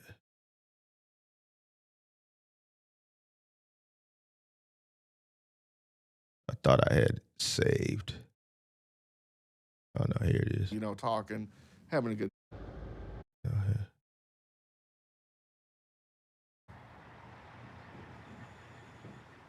There's really no. This guy. This is Billy Randall. He's been a long haul trucker for over 30 years. This guy right here. This guy. Billy. Y'all don't want to be Billy? Look around. Okay, across the street, we have a delivery truck carrying food to offices, construction sites all around. Sheetrock, where'd he come from? On a truck. Nothing moves without us. He still got that same old mentality. Nothing moves without us. Billy ain't gonna be saying that same shit 10 years from now or 7 years from now. He old and he's lost. He's one of the older people. You got a lot of young people lost, but you got a lot of older people who just have gotten complacent. He less like your favorite people that says 875 billion, nothing moves without us. And then you ignorantly fall victim to that. Yo, look around. Everything around came on a truck. For the most part, true.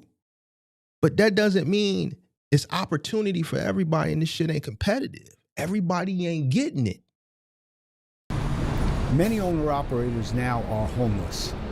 Many owner-operators now are homeless. They cannot afford to have a home. This is my home. I live with my truck, whether I stay in a hotel or I sleep sitting up in the driver's seat. This is my home. Why?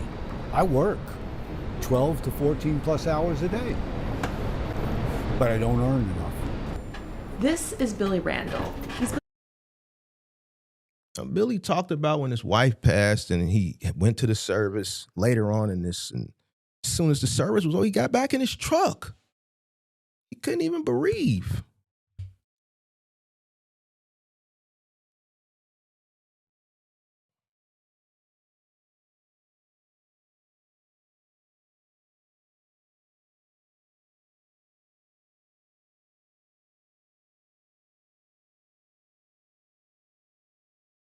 Trucking is not evil, man. Brokers, are not villains like y'all make them out to be. The market isn't, whatever y'all say, and y'all make all these complaints. And I seen somebody say something in the chat about somebody else, and I'm going to address that. I'm going to address it. The market isn't unfair.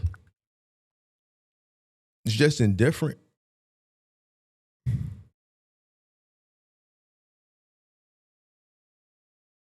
And a lot of new people and a lot of people that have been in it that are ignorant, you have to become an adult and make a conscious decision to stop chasing hype and start making more well-informed decisions, which a lot of people aren't doing.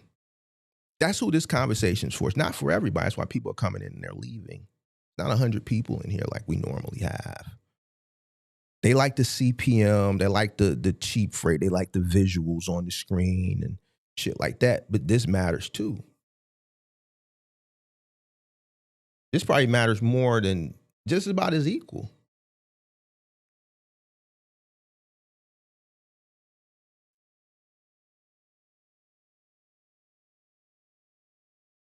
The smart people that come into this industry, which is a very few, walk away better than they came in. See, that's the goal.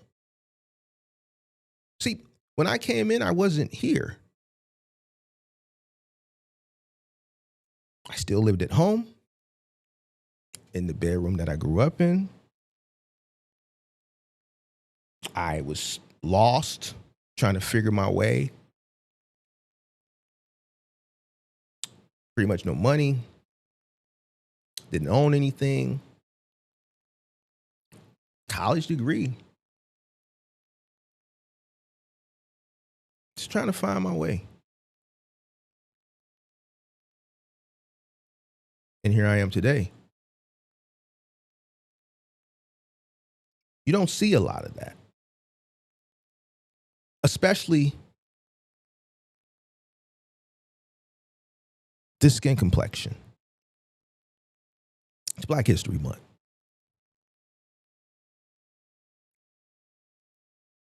The best people that come into this industry walk away better than they came in. A lot of people that come into this industry leave worse off because they've created this enormous amount of debt. I was doing a live stream last year, and there was a guest that was on the channel on the show, and he asked a question, and this is something that a lot of people ask when I first start creating content, and it's an ignorant question, but it proves this. Why would you leave trucking if your business was doing good? Because when they say that, they're trying to like do like a little underhand jab.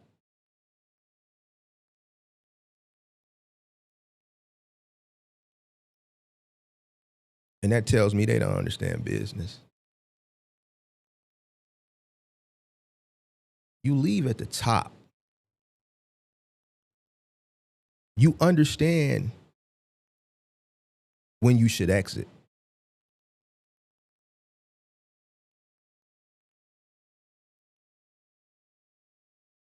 If I would have stuck to my original exit, 2025, and weathered the storm like the trucking made successful, she said it. It wouldn't have been as successful as it was in 2022. The pandemic presented an opportunity, once in a lifetime opportunity.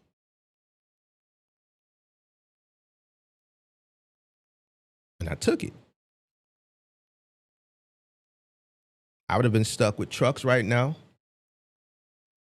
After 2022, it would have been pretty much, impossible for me to hire the amount of people to continue to run at the level that I was running at prior to the pandemic. So I would have had just sitting, still having to pay the cost for these trucks. And the quality of individuals that are looking for work now just doesn't meet the quality prior to the pandemic. The few people that are looking for work. I probably would have ended up, Big Mark will always be honest with you. I probably would have ended up having to deal with the migrantes. I probably would have had to.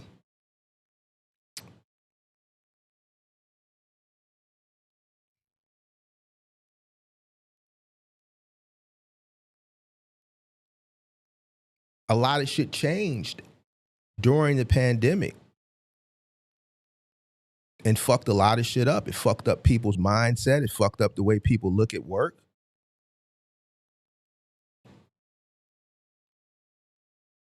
It fucked shit up, especially in our community. The worst thing for our community was to get that money. What that did was it gave people hope. It showed people something that they never seen before because they had money. It showed them better quality of life. A lot of people misused the money. They went to Balenci, they went to Louis, they went to Burberry, they took trips. But for those 2 years,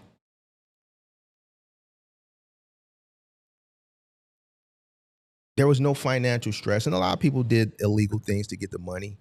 There was not much financial stress because there was so much money and they just kept getting it. But they got to experience things that they never experienced before. Now, let me tell you why it was bad. Because after the money went away, people wanted to create these memories. See, you can't miss something that you never had. It's just like a dope fiend. The first time that motherfucker hit that dope. Now, middle Americans, you ain't finna understand this conversation because you don't come from where I come from.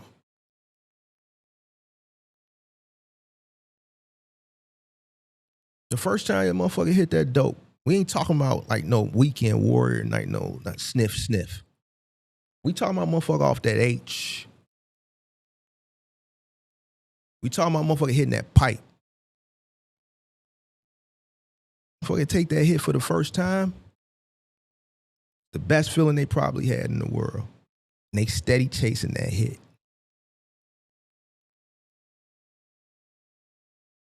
It's just like the first time you had sex. The first time I had sex, the feeling is not the same. That was the first time you felt that feeling. It feel good, but it don't feel like the first time because you never felt it before. So what happened in our community when motherfuckers got that money, motherfucker never stepped in Saks before. Motherfucker never stepped in Neiman's before. Motherfucker never went to the Gucci store and motherfucker walking around with a platter with champagne while you shopping. Man, you want some champagne? You want a bottle of water? You put your feet in a pair of $1,000 sneakers for the first time. Nigga, you was wearing Saucony's. It's a different type of leather. The smell when you open the box, it's a different type of smell.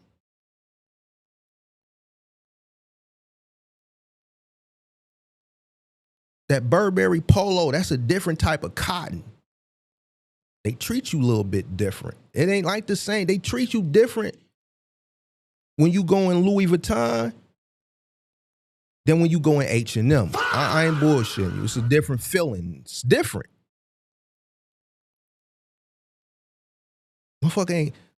Chicago motherfucker ain't never been past Roosevelt before.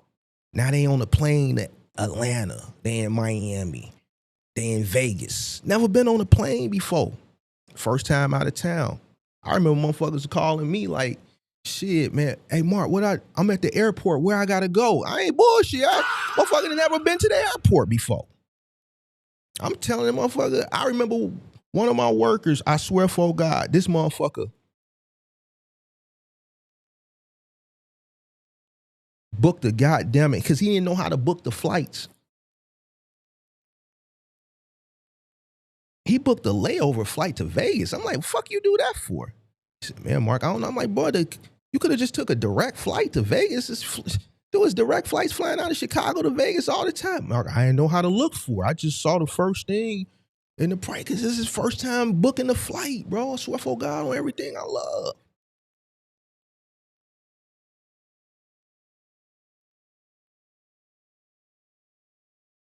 Motherfucker going to Vegas the first time, hitting the strip for the first time, walking down the strip. Getting up, man. You know, fucking see Planet Hollywood right across the street. You got the Cosmo, boom, right there, the Vidara, the Bellagio. He in front of the fountain with his boo-bae. Took his boo-bae in front of the fountain taking pictures. Right next door to Caesars. Hop in the Uber, go down the street to the mall, go to Saks, get a little Versace belt or something. Hop in another Uber, go on over to Old Vegas. Go over there to Old Vegas. The table game's a little bit cheaper over there. Motherfuckers dancing in the street and shit. Having a good time. Fremont. Going over to Fremont. Hop in another cab, go to In-N-Out Burger. We ain't got In-N-Out Burger here in Chicago. Go to In-N-Out Burger, see what that shit happening, hitting for. Go back to the Bellagio. You dig what I'm saying? You know, because he could hit his broad. You know, he hitting the broad in Vegas, man. He got the view. You know, he might have got a view on the other side where he see the desert. But, you know, he got a little PPP money. So you dig what I'm saying? He got the strip view. He might have stayed in the Cosmo or the Aria. He might have spent a little extra bread and stayed in the Cosmo or the Aria. Big Mark stayed Cosmo, Aria type shit. Sometimes if I want to do a little spa, then we go to the Vidara. It's weekend shit, real in and out. Don't stay in Vegas for more than 3 days. 3 days, 2 nights, in and out. Now he got the broad in the hotel. It's a little bit, it's different in the hotel than it is at the crib. You know what I'm saying? It's a little bit different feeling. She doing some things she not doing at the crib in the bedroom. You dig what I'm saying?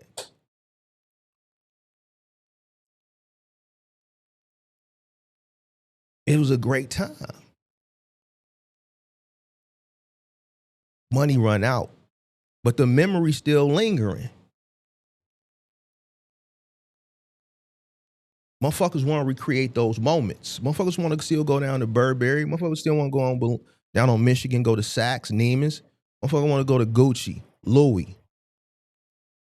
Motherfuckers want to hit Oak Street real quick, go to Christian Louboutin. Want to hit the Prada store right there on Oak Street. Motherfucker want to, after they go running Prada, motherfucker want to go right around the corner to Gibson's, get a nice little steak. They want to recreate all those moments, but the money ain't there.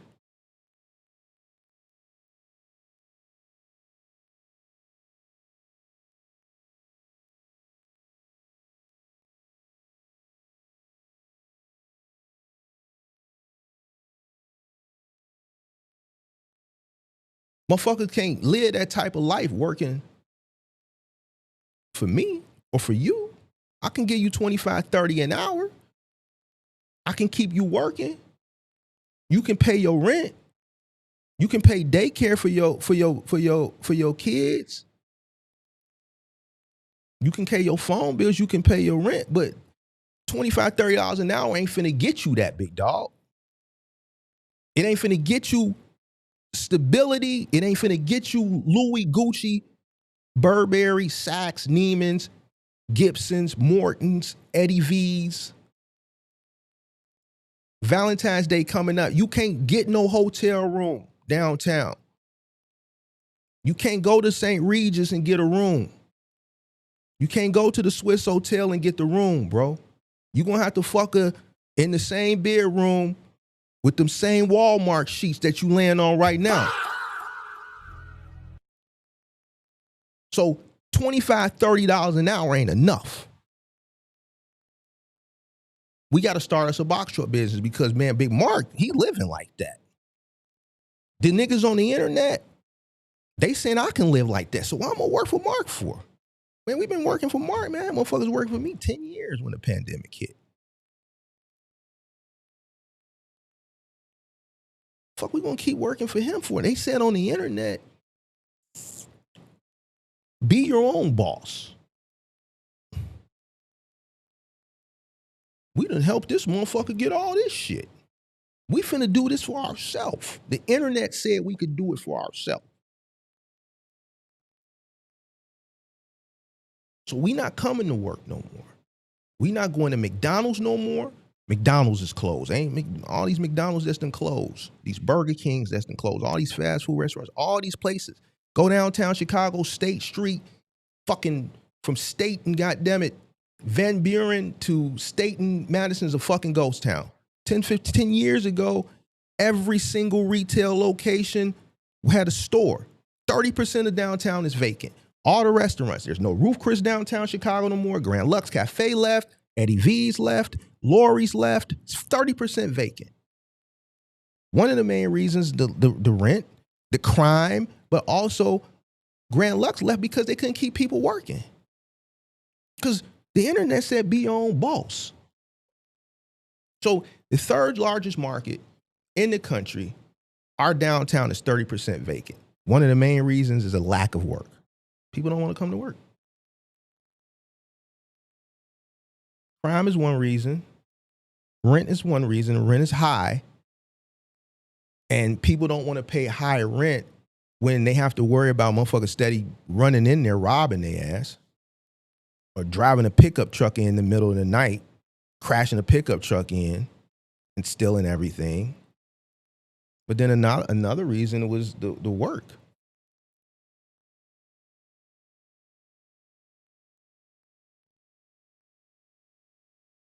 So it just don't affect small owner operators. This is something that's affecting industries across the board because of the mindset and the hype that social media has presented. Plus,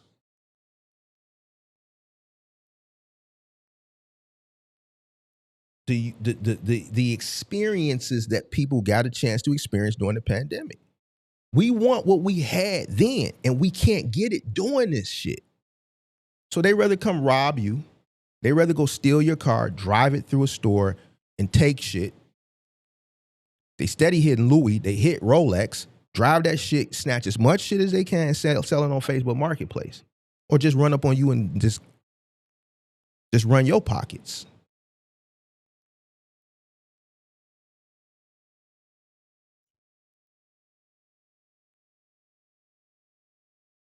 Instead of just coming to work and earn it. Because it's going to take longer, or you may not be able to do it at all. We need that instant cash because we got to go to Louis. I think Bevy is closed now, but we have to turn up Sunday night at Bevy. We got to have a section. The bitches ain't going to look at us if we ain't got to say. We can't be goofy standing at the bar up. The hoes is looking at the niggas that's in the section. Listen, I'm just going to say what they saying. Don't get mad at Big Mark. I'm just telling you what they say. This is the verbiage that they use. So they have to have the section. So $25, $30 an hour coming to move for me ain't gonna get them a section at Bevy. Bevy want $4.50 a bottle for a bottle of Don Julio and Nail. That's $900. Plus you got to have a 2-bottle minimum. Plus table tax and gratuity. You're probably looking at about $14, $15. For 2 bottles. And then guess what? As soon as Big Mark or somebody else come in and we outside, we already done paid to jump the line. We saying we want a section. They finna kick you up out your section, man, because I got 2-3 other niggas with me and we each got about $2,000 to spend. So we coming through with 6 bottles. Baby, don't give a fuck that you gave them $1,500 and that you only 1 bottle in. You know what that bottle chick finna do? Because she already got her 25% table tax gratuity. Look, we gotta get y'all. Y'all gonna have to go over there. Y'all gotta go over there. I see it happen all the time. What you mean? We got the section. We spent $1,500. Bevy notorious for this shit. No, y'all gotta come over here because the real niggas is coming in right now, and they got 6,000 or they got 4,000. Man, it's my chick birthday, bro. I got to spend it, bro. I can't look bad. She in here. She got about 4 of her buddies with her. Like, I need that section. We get 6 bottles off rip. I got 3 other niggas with me. We all spending 2. It's my chick birthday, man. Man, we need y'all to come on. They cleaning up the section. They like, man, we ain't trying to hit shit you saying. They taking their bottles and they setting that shit on the bar. You see the little Mexican table guy coming. He cleaning, spraying the shit down, wiping off the bench, spraying the table down. He bringing the ice tray and shit. They already getting it ready. Then you see my ass walking. Then I already see who they put out because the faces is frowned up.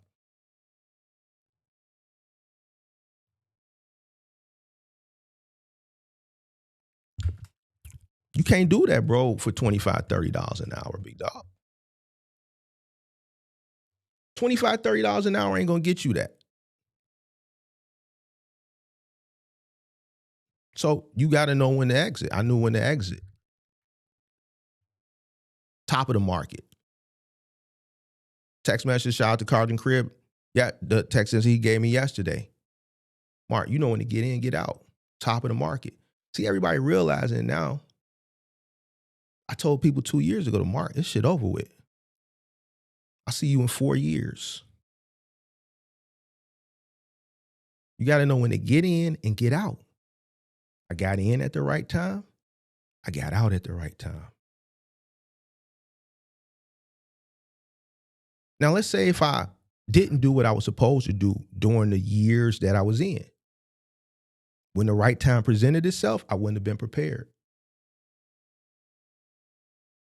Some people can miss the right time because when things are going good, they doing all the wrong shit.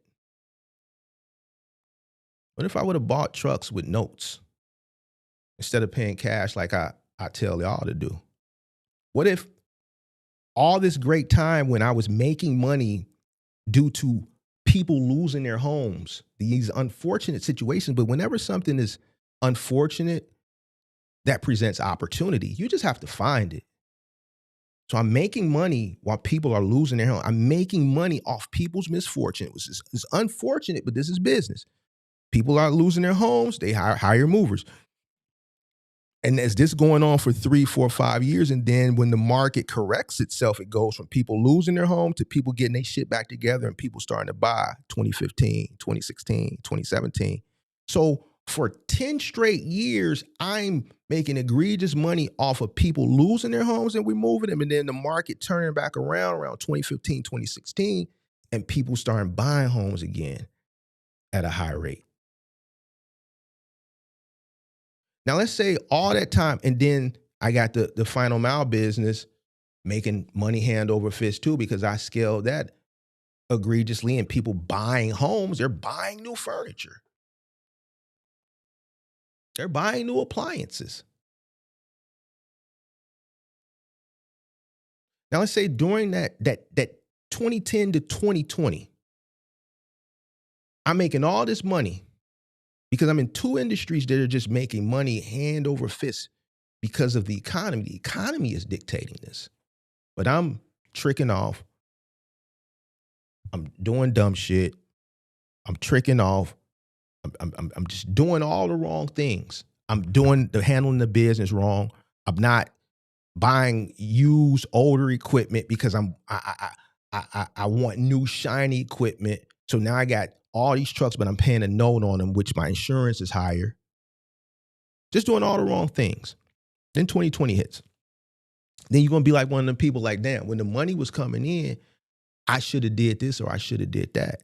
Because I did everything right, when 2020 hit, I was already gone. I had real estate. I had my brokerage accounts. I had different investments that were working simultaneously. The business had its portfolio. Me personally, I got my own portfolios.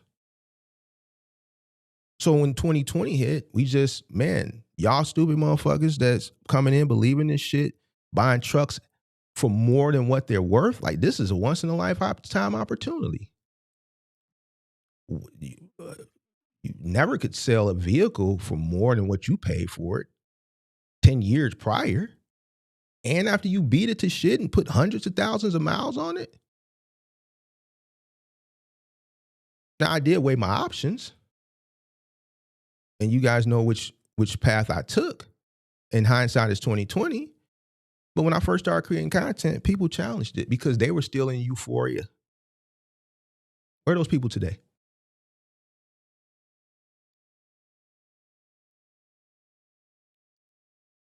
The guy who came on the channel last year that said it, I just attribute that to just adolescence and just not having a mature business acumen. But I believe that individual will get there.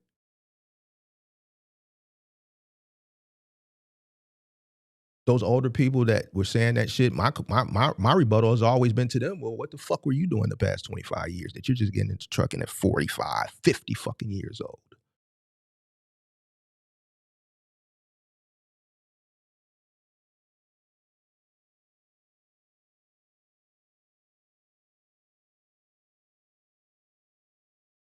What were you doing with the last 20, 25 years of your life?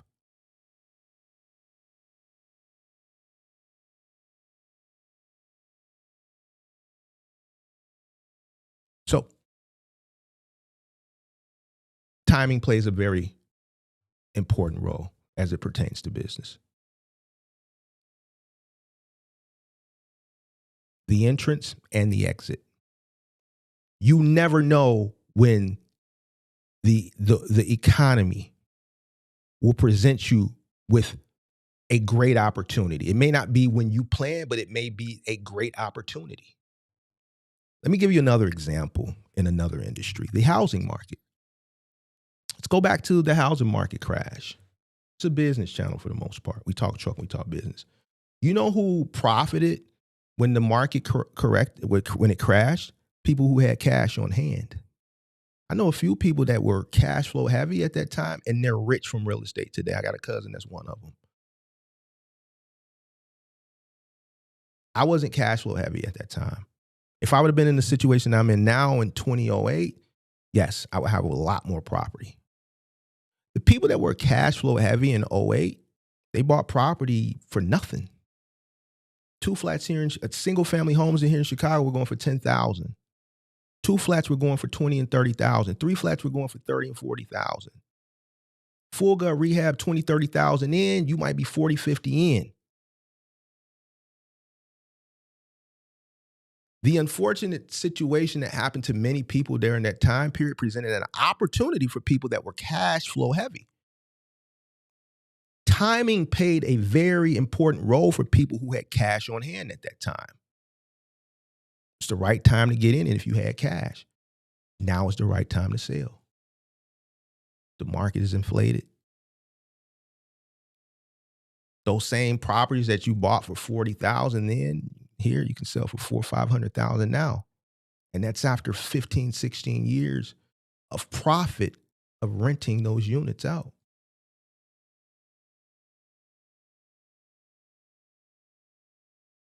So now you can have a portfolio that you bought for next to nothing, and you can sell it, the whole portfolio, if you want, for millions and millions of dollars. And that's after already making millions in rent. The timing then was perfect. We'll never see that again. The people who had cash on hand at that time that were, no, are kicking themselves today. Because they're looking at shit that they were looking at then that they could have got for $20,000 and put another 30 in it, 50 all in. That's now being sold for $500,000, $600,000. And then they're looking at all the years of profit that they would have made off the rent.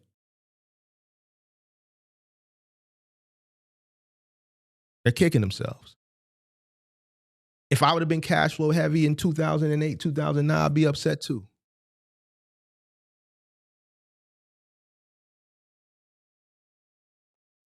Timing.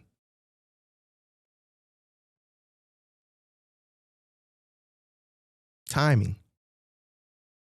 Some people hold on for dear life. Let's go to another market. We're just going to jump from market to market so you can understand that some of this stuff is cyclical. Look at it. Last 2 years ago, we did the stock thing. I keep using this, but I'm using real case studies that you know. We ran it up.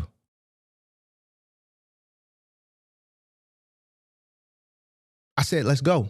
I'm gone. A lot of you stayed. We got in at the right time. We got to get out at the right time. We can't hold on. This is the right time. Why? Because too much money was made too fast.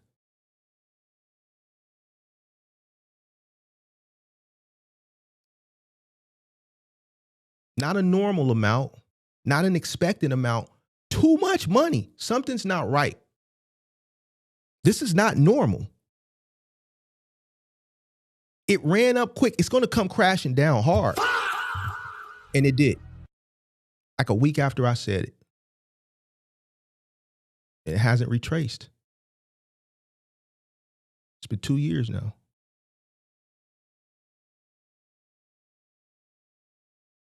People are complaining now, but I'm hip-hopping or haranguing now. I've been hip-hopping and haranguing for the past year and a half. You know why? Because the further it goes down, the better the buying opportunity. Now is the opportunity. You're crying because you held on listening to these fools online. These are fools. Crypto banter and all these guys. You know why they're telling you to keep investing? Because they have sponsors.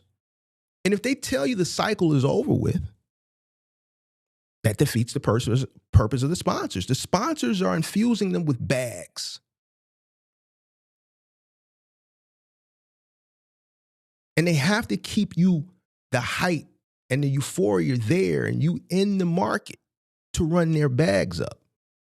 If they say, oh, the cycle is over with, then people are going to take their losses, pull, and that niche is going to lose interest. And if it loses interest, the market goes down. They're incentivized to keep the hype up. And you listen to these fools.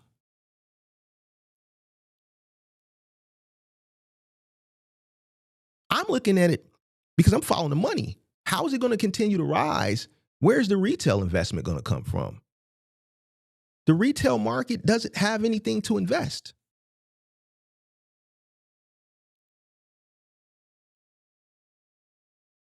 The institutions aren't buying into layer twos or memes.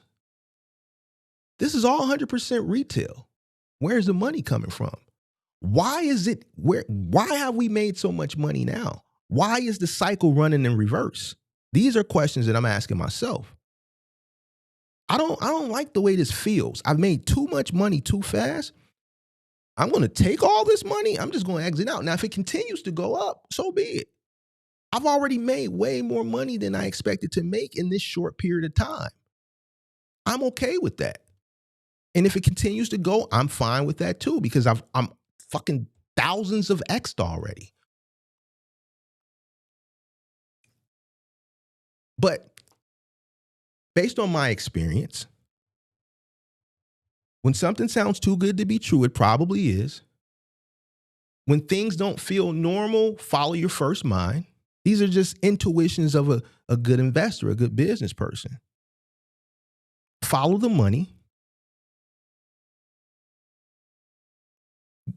Don't be greedy. Greedy pigs get led to the slaughter. And when people are greedy, you should be fearful. And guess what? It's too much. We made too much money. What the fuck are so many people pouring this money in? I'm scary, man. Let me take this money and get the fuck gone. A week later. Been a long haul trucker for over 30 years. Every market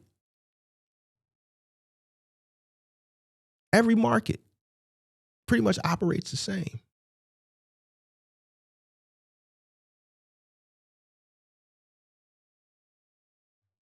Timing. The people that win, they know when to hold them, they know when to fold them. Gamblers. You know why so many gamblers lose? The house always wins, because when the house gives you money, you take it right back and you give it back to them. Not only do you give the money back that you won, you go in your pocket and get more, trying to chase the money that you won and get that back.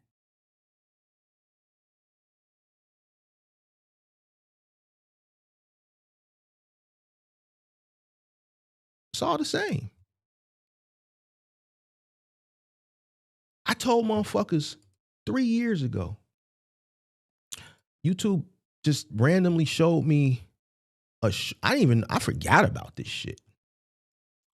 I threw a hint out that was on the main channel before I started doing the stock thing privately. And it was a hint. And we started buying Solana at $18, $20. We sold at 200 and something. And Cars and Cribs, he mirrored me. We had 100 of those things. We started buying very early on, 18, 20. I threw the hint out at 70. A few people caught it. Even at 70, when I threw the hint, we had already been at 18, 20. When I threw the hint out at 70, a few people caught it. That's when I really did it publicly. And some of those people made money because it went to 2-something, 250, 260, almost 3.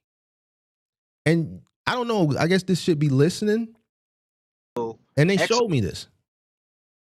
This is from 3 years ago. 3 years ago. I forgot about this shit. RP and Solana. Solana is kind of hefty. So, you know what I'm saying? If you got some money to play with, then Solana, XRP and Solana. Solana is kind of hefty. So, you know what I'm saying? If you got some money to play with, then Solana, if you didn't buy it early, I think Solana still has room to run. So at a $70 entry point, I don't think it's bad. All right. It did 2 and some change last cycle. So I think it's gonna go probably, and I'm gonna be fair. They calling for 600 to 1,000 a share. I'll be happy at 5 to 6. You know, so I think $70 is a good entry point. So XRP.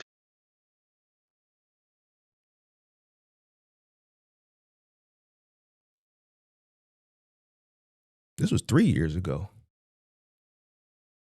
That shit ran to two something, almost 3. I came on, I said, yo, I'm out. We had 100. We had 100,000 FET. Nigga, we had 200. I had 250 million sheep. I still got 50 million staked.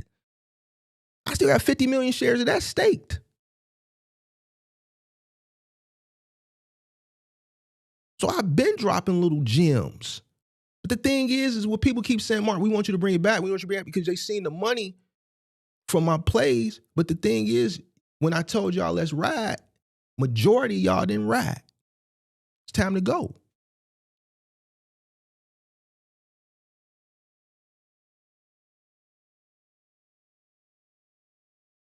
I don't marry nothing. Everything is for sale. I don't get attached to nothing. That's an investment. When it's time to ride, it's time to ride. Nigga, I get up and walk away from the, nigga, I didn't get up and walked away from the blackjack table. I didn't walk to the blackjack table and one shoe won $10. Man, you know what? Is this shoe going, the next shoe going to be this good? It could be or it can't be.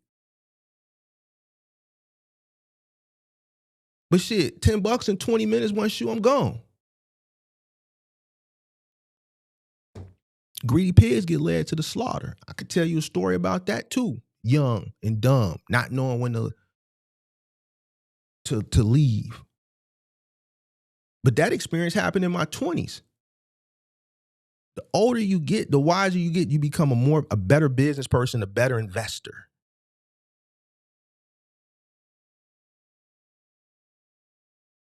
And you don't get emotionally tied to some shit. You don't listen to what motherfuckers say on the internet because everybody has their own agenda, their personal reasons why, and it may not be in your best interest. So like when I'm saying with these financial influencers in the stock and the crypto banter and all these shit. Look at Ben. His little fucking nigga's a crackhead now, dude. He was a fucking millionaire during the pandemic. He ran it up, and because he did dumb shit with all the money, he let a broad trick him up out his spot when he was a happily married man, and his wife didn't look too good. But now because he's a millionaire, because he made good crypto investments, here come the big titty white lady who's then fucking became a homewrecker, and he started dipping off with her and fucking her on the side and not paying attention to his business. And then TJ came and swindled the fucking bit boy right from under him, but he couldn't see it because he was too busy cheating on his wife, because now he has money in a fucking Lamborghini. He took his eye off the prize. A lot of these motherfuckers who ain't shit, ain't never came from shit, who was just losers in their life, and now they come into money because they weren't players to begin with. They never was players. And then as soon as they get something, they get a little attention, they take their eye off the prize, and that's when a motherfucker like Bitboy Crypto, TJ, came in, took his whole company from up under him because he too busy fucking cheating on his wife with the big titty white lady. Now he a fucking psycho case because he's dealing with the trauma from going from nothing to millionaire, Lamborghini, side bitch,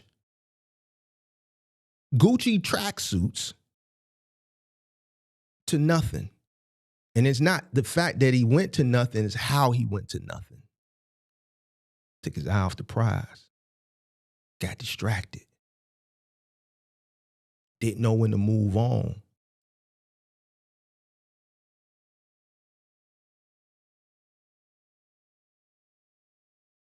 It's a dirty game.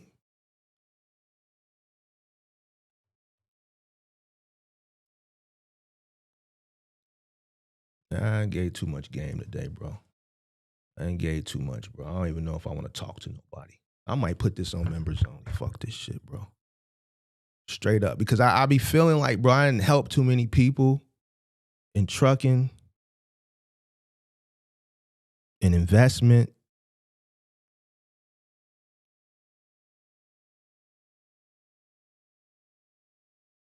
And only a minute amount of people,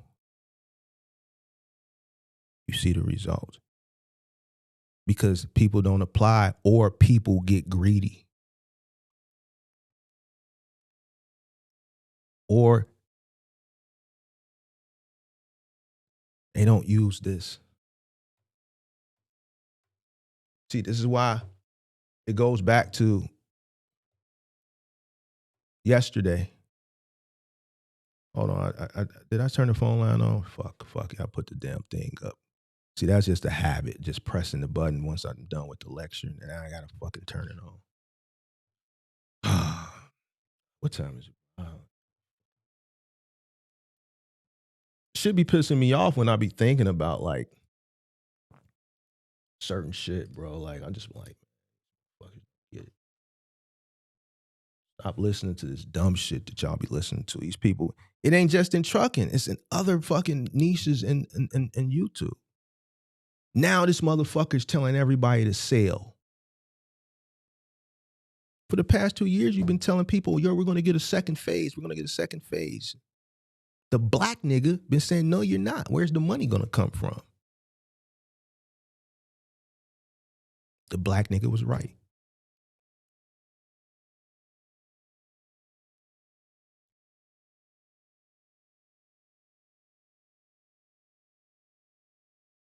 Where the money gonna come from?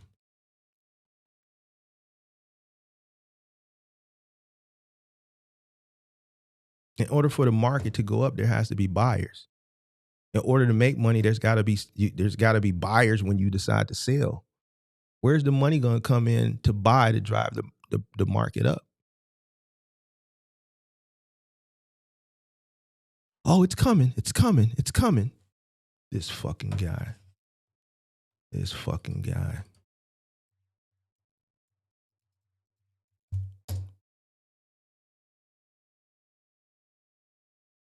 Now everything is fucking red. Everyone's leaving. I'm genuinely worried. Game over. Huh. But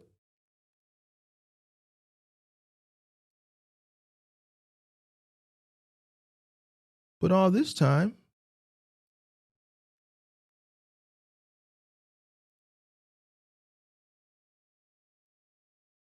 green. Hold on. Everything is green. Green for the past 2 years. Green. Just a lot of green in here. I promise you, these altcoins are bullish. This is 2 months ago. I told you 2 years ago it was over with. Be ready. Be ready. It's coming. It's coming. It's turning.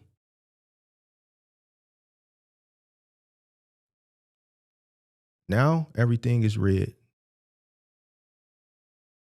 So for 2 years, he's been telling you it's coming. Now it's get out. You know why? Just like in the box truck, in the trucking, other industries too. You are the consumer. In that industry, we get you to come in, we're running our bags up. It's like an IPO. We're getting funded to pump certain things, and we're getting millions of shares. Called pump and dump.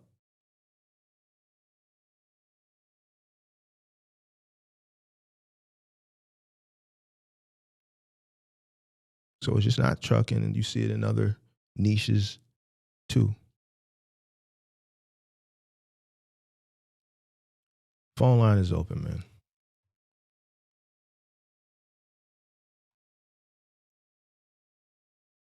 He said Solana is still looking nice at 78 now. I'm not talking about now. I'm talking about 3 years ago when we got in at 1820 and it ran up to almost 3. We're in a bear market now. Yeah, it's looking nice now for the next run, but I'm speaking in past tense. We don't rinse, wash, repeat this shit 3 times already, big dog.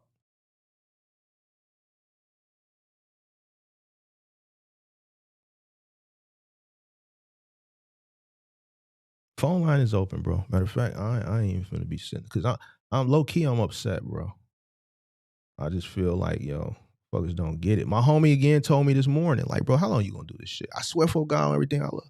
He said, bro, how long you gonna do this shit? And these niggas don't get it. I swear to God, he said that this shit this morning.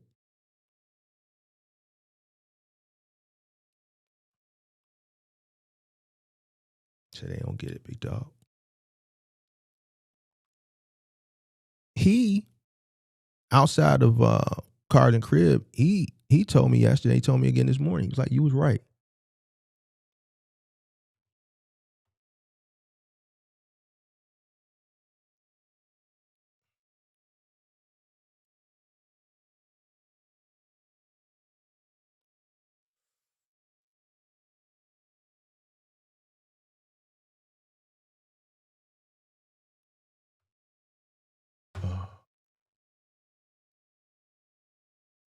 Come on, big dog. Phone line open. It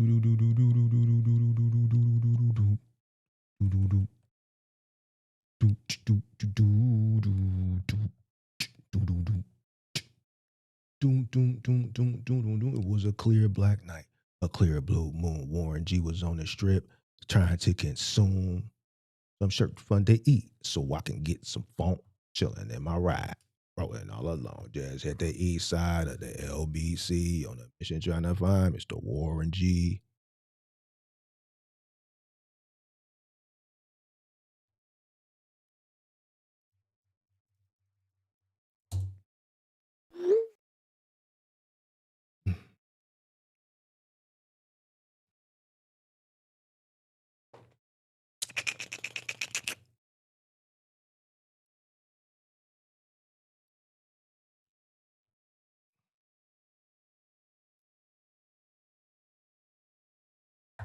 Man, y'all kind of quiet in here today, bro. What happened?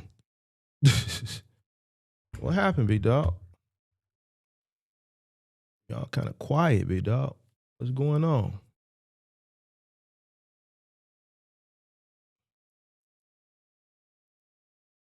What's going on, big dog?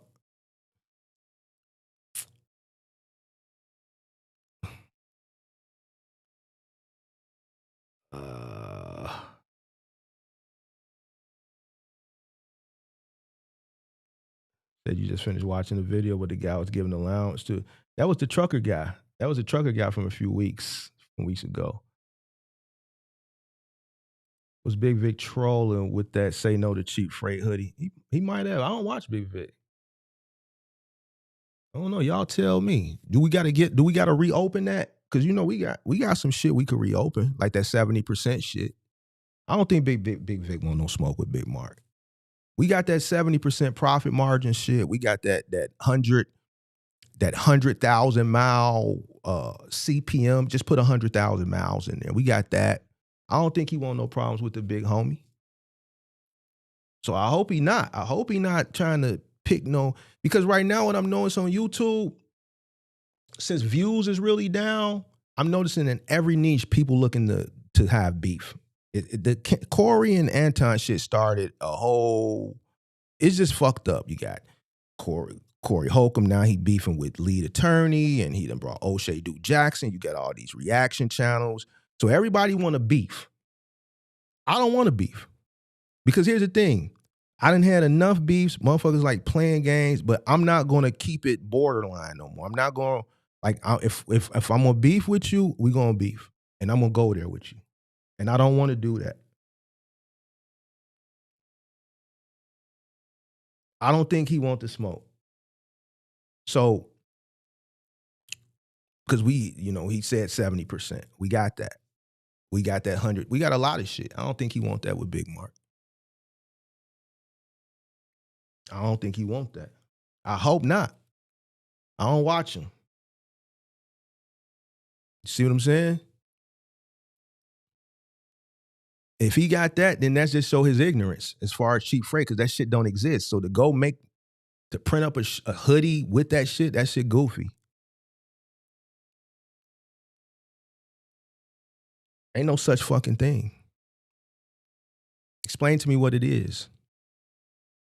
See, I'm gonna prove you another thing. Person who considers himself an influencer person, people come to for money, then we don't complain. Whenever you ever seen Big Mark complain about anything, only thing I got is solutions. I tell you how to get to the money and make the money. I don't complain about shit. A motherfucker who talking about don't take this, that, man, we put foot on niggas' necks. This is not conducive of how a business owner thinks. Business is competitive. It's aggressive. It's war. Fuck, I'm gonna tell you, don't take some shit. We see the type of people that say that shit. These are the individuals that say don't take this shit.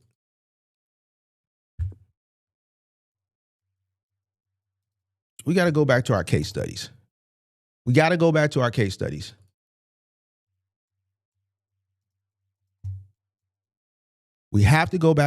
studies. See, this is what separates the boys from the men. This is what separates the boys from the men. What was that video? I got to bookmark that shit, bro. So we gonna use the.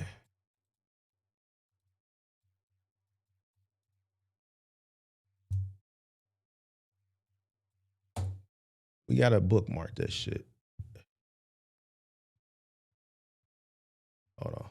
This is on today's episode of. No, jump over. Here we go. Here our boy go. This is motherfuckers who say that shit. These are these types of guys. These are these guys. Hold on. Blow it up. We gotta get it on the big screen for you. Give me a second.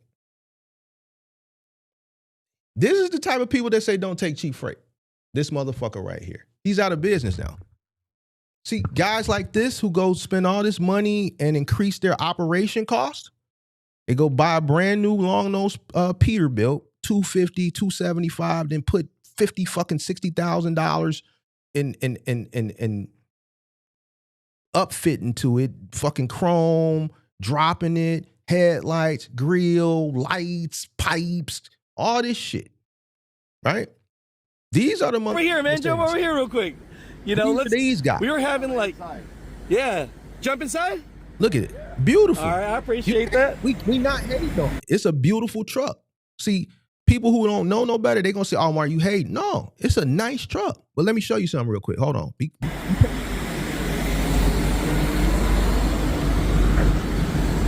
Look at this, man. Look how clean this is, man. This is me just jumping on you. Fully custom interior. I'm gonna always use this as a case study. These are these guys. This he made a hoodie saying this shit. But look. Yeah, you know what I mean? Look how beautiful. Wow. What year is this, brother? 23. 23? Yeah. Man, you know, you don't mind me stepping on this? Is all right? Oh, yeah, that's perfect. All right, perfect.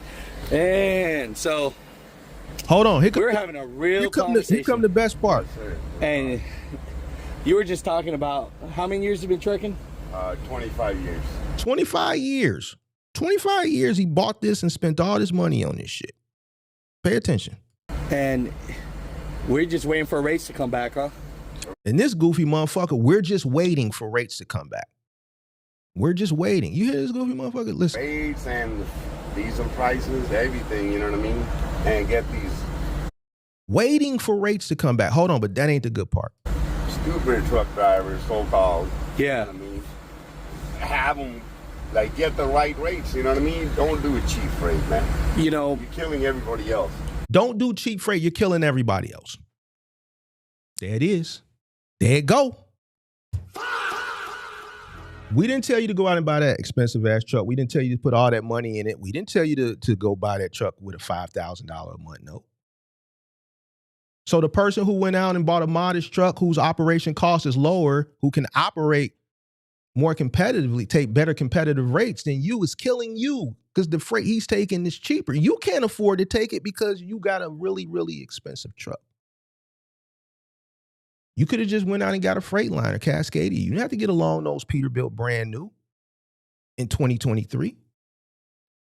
You didn't have to spend all this money customizing it inside and out, knowing that you got a wife and kids at home and a mortgage. Like he said, he's lost his home, lost his truck, lost his business. He's a company driver now.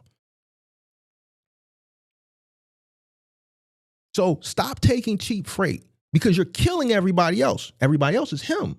So if I go out and get a Freightliner Cascadia for $40,000, I have a very modest note, and I can operate and take loads cheaper than him, I'm hurting him. I'm taking cheap freight. So you want me to not work so that you can have a nicer truck? Get the fuck out of here, bro. These are the people that say this shit. See, what it is people are ignorant. They believe it, and then they just join the bandwagon. Stop taking cheap freight. But they don't really understand what they're saying and how ignorant it sounds. See, he's ignorant. He's ignorant. He priced himself right out of the marketplace. 25-year veteran. Should know better. Do you think I would give a fuck about his truck and his big ass note and his pretty ass truck? I'm gonna ride right past this motherfucker in a regular fucking Freightliner, Cascadia, but have me a little 40-inch TV in there, a little Wi-Fi Starlink, a little hot skillet, a little George Foreman grill, and I'm gonna be cool. I'm gonna be grateful. And I'm gonna have some Lysol wipes. It's gonna always be clean. It's gonna always be clean. I'm gonna drive right past him with a lower operation cost, and I'm going to be the exact motherfucker he's saying is taking cheap freight. Because I'm killing him. But see, that's the point. I'm doing it purposely. I'm taking advantage of your ignorance. You are ignorant. There's no way I'm finna do all this goofy shit to a work truck. You increased your operation costs. That's your problem. That's you and your wife's and your kids' problem. I'm absolutely positively taking food out of your kids' mouth. You created this problem. I didn't create this problem. This is motherfuckers saying stop taking cheap freight. Truck drivers, so-called. Yeah. You know what I mean? Have them, like, get the right rates, you know what I mean? Don't do a cheap freight, man. You know, you're killing everybody else. You know, I think about that too. What shit? You can't make this shit up, bro. So if Vic went out and bought a goddamn hoodie, it shows the level of ignorance he still has today. Run tell that. Run tell that. I would never tell nobody that. I'm going to show people why people say that. It's competitive. You should understand you need to keep your operation costs low. So why create high operation costs in a competitive landscape? And then when things don't work out for you because you got this fucking egregious ass note, now you want to bitch. It's your fault, big dog. I don't feel bad for him. Fuck him. See, I teach people over here how to win, not complain. I teach people how to get it. I teach people how to take advantage of people like him. We take advantage of guys like this. He is stain to us. This is what I teach over here. This is why people win. He's a stain. We don't feel bad for him. Why? Because everything he went through, he chose that. Lifestyle inflation. He's more concerned about how he looks. See, he got to pull up right here and just leave it there. He ain't finna pull into a spot. He ain't finna pull. He got to leave it there so y'all could see it. He's concerned about this being seen. He wants the truckers to come over, walk over with their big ass bellies and shit looking like Billy, envious and jealous looking at the truck and salivating and shit because he has a beautiful, and it's a beautiful truck. When the mother trucker got to talking about the truck, the smile. As soon as he got to talking about how he in debt he is, he went frown. See, he's more concerned about the truck than the money. He park it right there. He don't pull into a spot because, man, you know, it's like when we pull up, man, you got front door. You dig what I'm saying? Front door. You dig? Nah, valet. I need up front. I got to, I don't, no. How much for the up front? I need to be right in the front. 200, leave me up front, keep the key. All right, bet. Yeah, I got to keep the key, big dog. I need front door, keep the key. 200, all right, bet. That's what he on. He want to be seen. He's trying to impress majority of the truckers is other men. He's trying to impress other men. Instead of worrying about the munyon.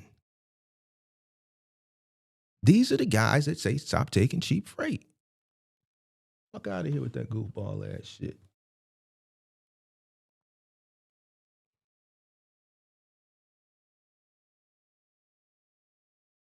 Ain't no such thing.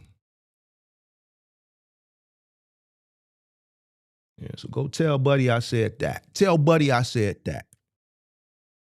And I'm up for a debate. We can debate. Tell him to come with some bread too. Come with some bread. We can debate for a nickel.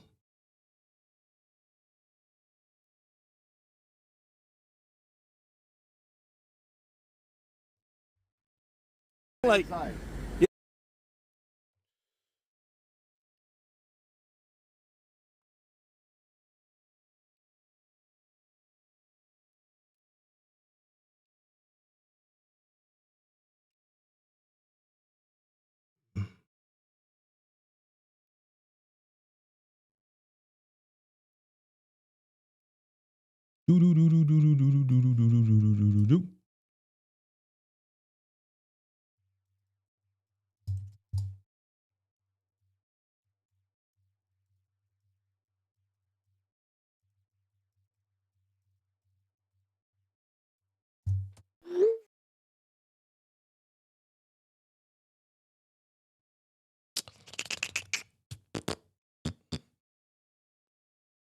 All right, anybody calling in today or what we doing?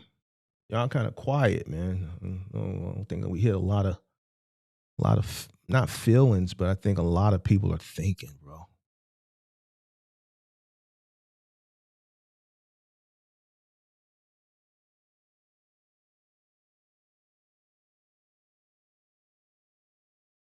Yeah. Yeah. Hit the like button. Hit the like button. Subscribe to the channel. Turn on post notifications.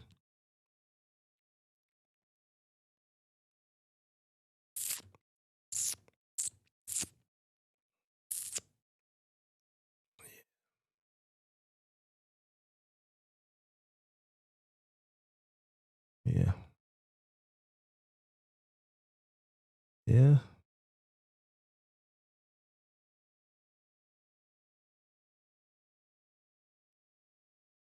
Mm-hmm.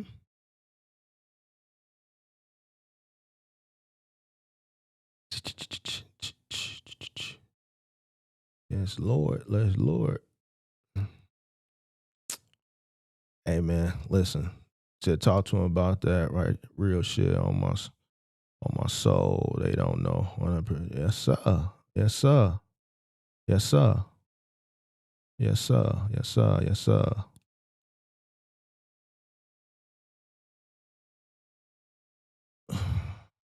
Yes, sir. Yes, sir.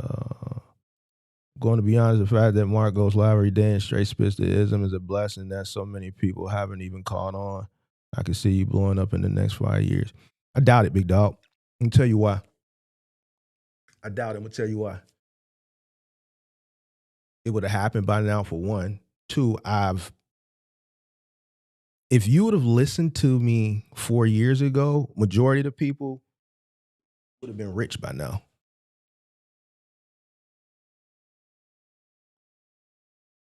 more so from taking the money in the trucking and in the investment things. There was a period when we were doing that investment shit that a minimal amount of money from those earlier hints would have blossomed to an egregious amount of money. And I mean, some of y'all seen it. If you would have, if you would have,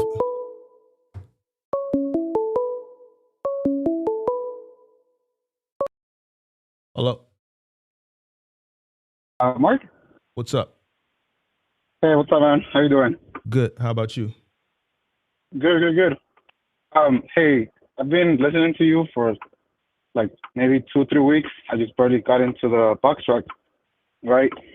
Yeah. Are you just talking about one subject right now? Or can we talk about something different? What do you want to talk about? And then I'll determine if I want to talk about it or not. So pretty much, I want to talk about Final Mile. Okay.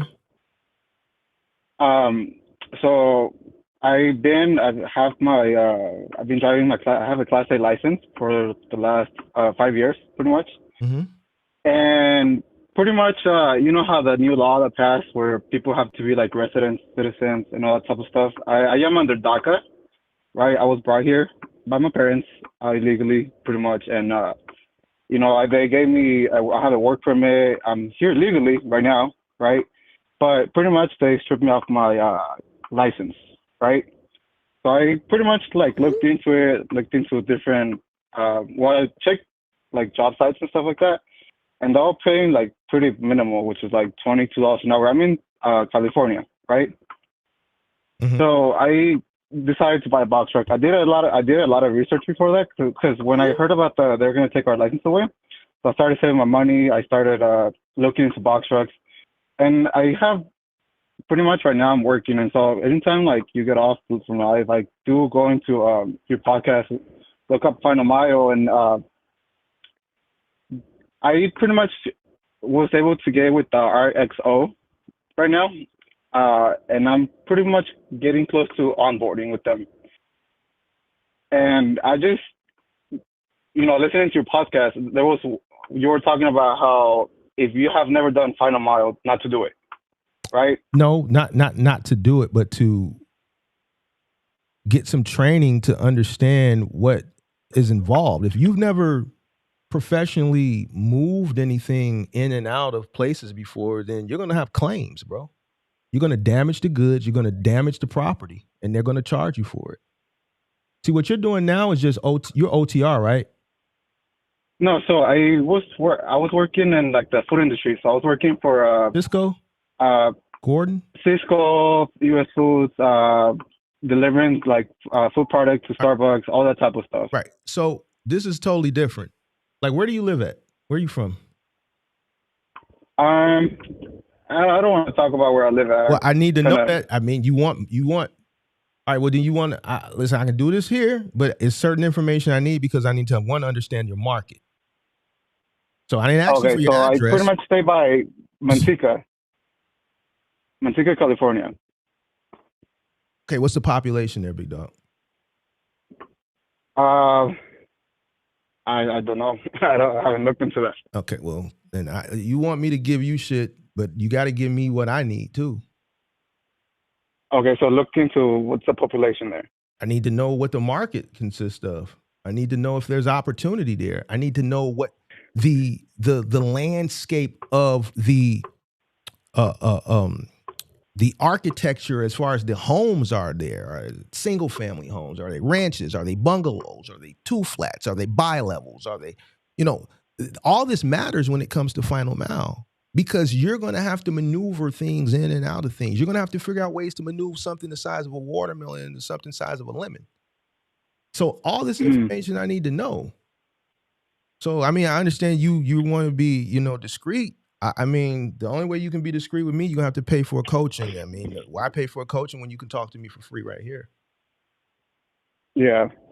So, okay. If you want discreet, then you got to get a coaching call, which, you know,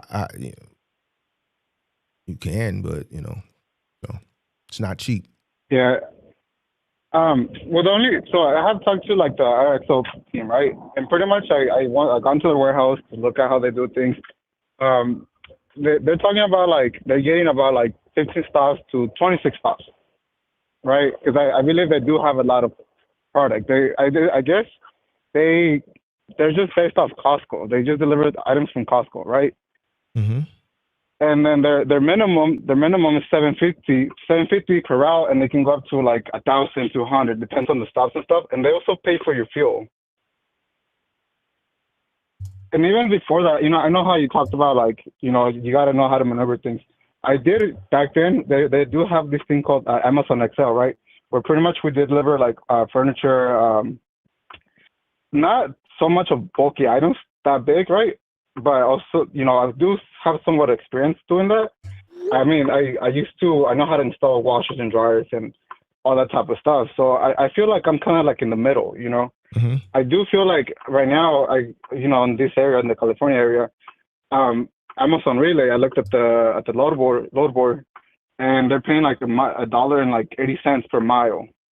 I think that's the highest I've seen so far, right? Mm-hmm. So to me, that's not a way to make money. I mean, it's a way to make money, right? But I guess like from what I've been listening, from what you've been saying, right, or from other people that I've been listening to, like I'm trying to budget myself to up to like 5,000 a week at least, or because I know RXL, they do a 6-day contract, which is really good, right?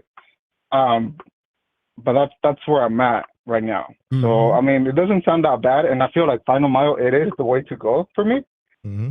But I'm just kind of like, I'm not gonna say scared, right? But I'm just saying like I'm kind of like it's a new thing for me. But I do know I do have the experience for it.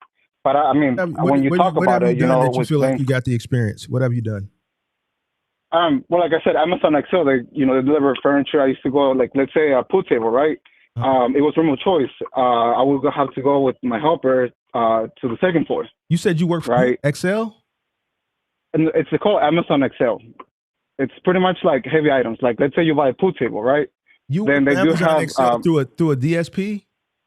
Through a DSP, yeah, a long time ago. All right, so what was the biggest thing you ever delivered for Amazon? Treadmills, pool tables, dining tables, TVs. We used to install them too. I mean, but you were an employee, right? I was an employee, yes, sir. How many claims? So no claims, right?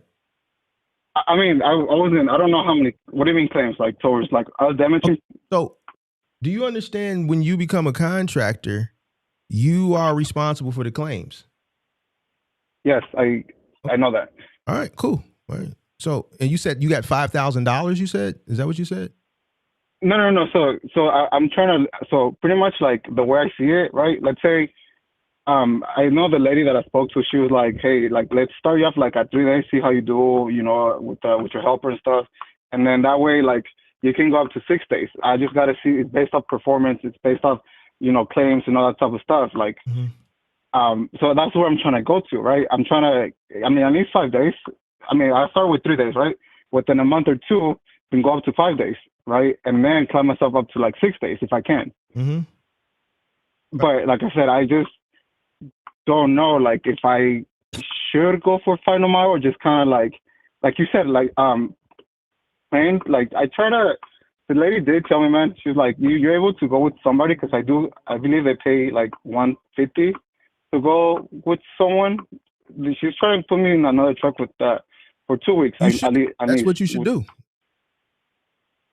That's what I should do. No, that's what I'm gonna do for sure. That's what I'm gonna do for sure. But I'm just saying, like, what are the things that I need to look out for before I even onboard with Final Mile? What are the things the equipment that's used, the techniques that are used?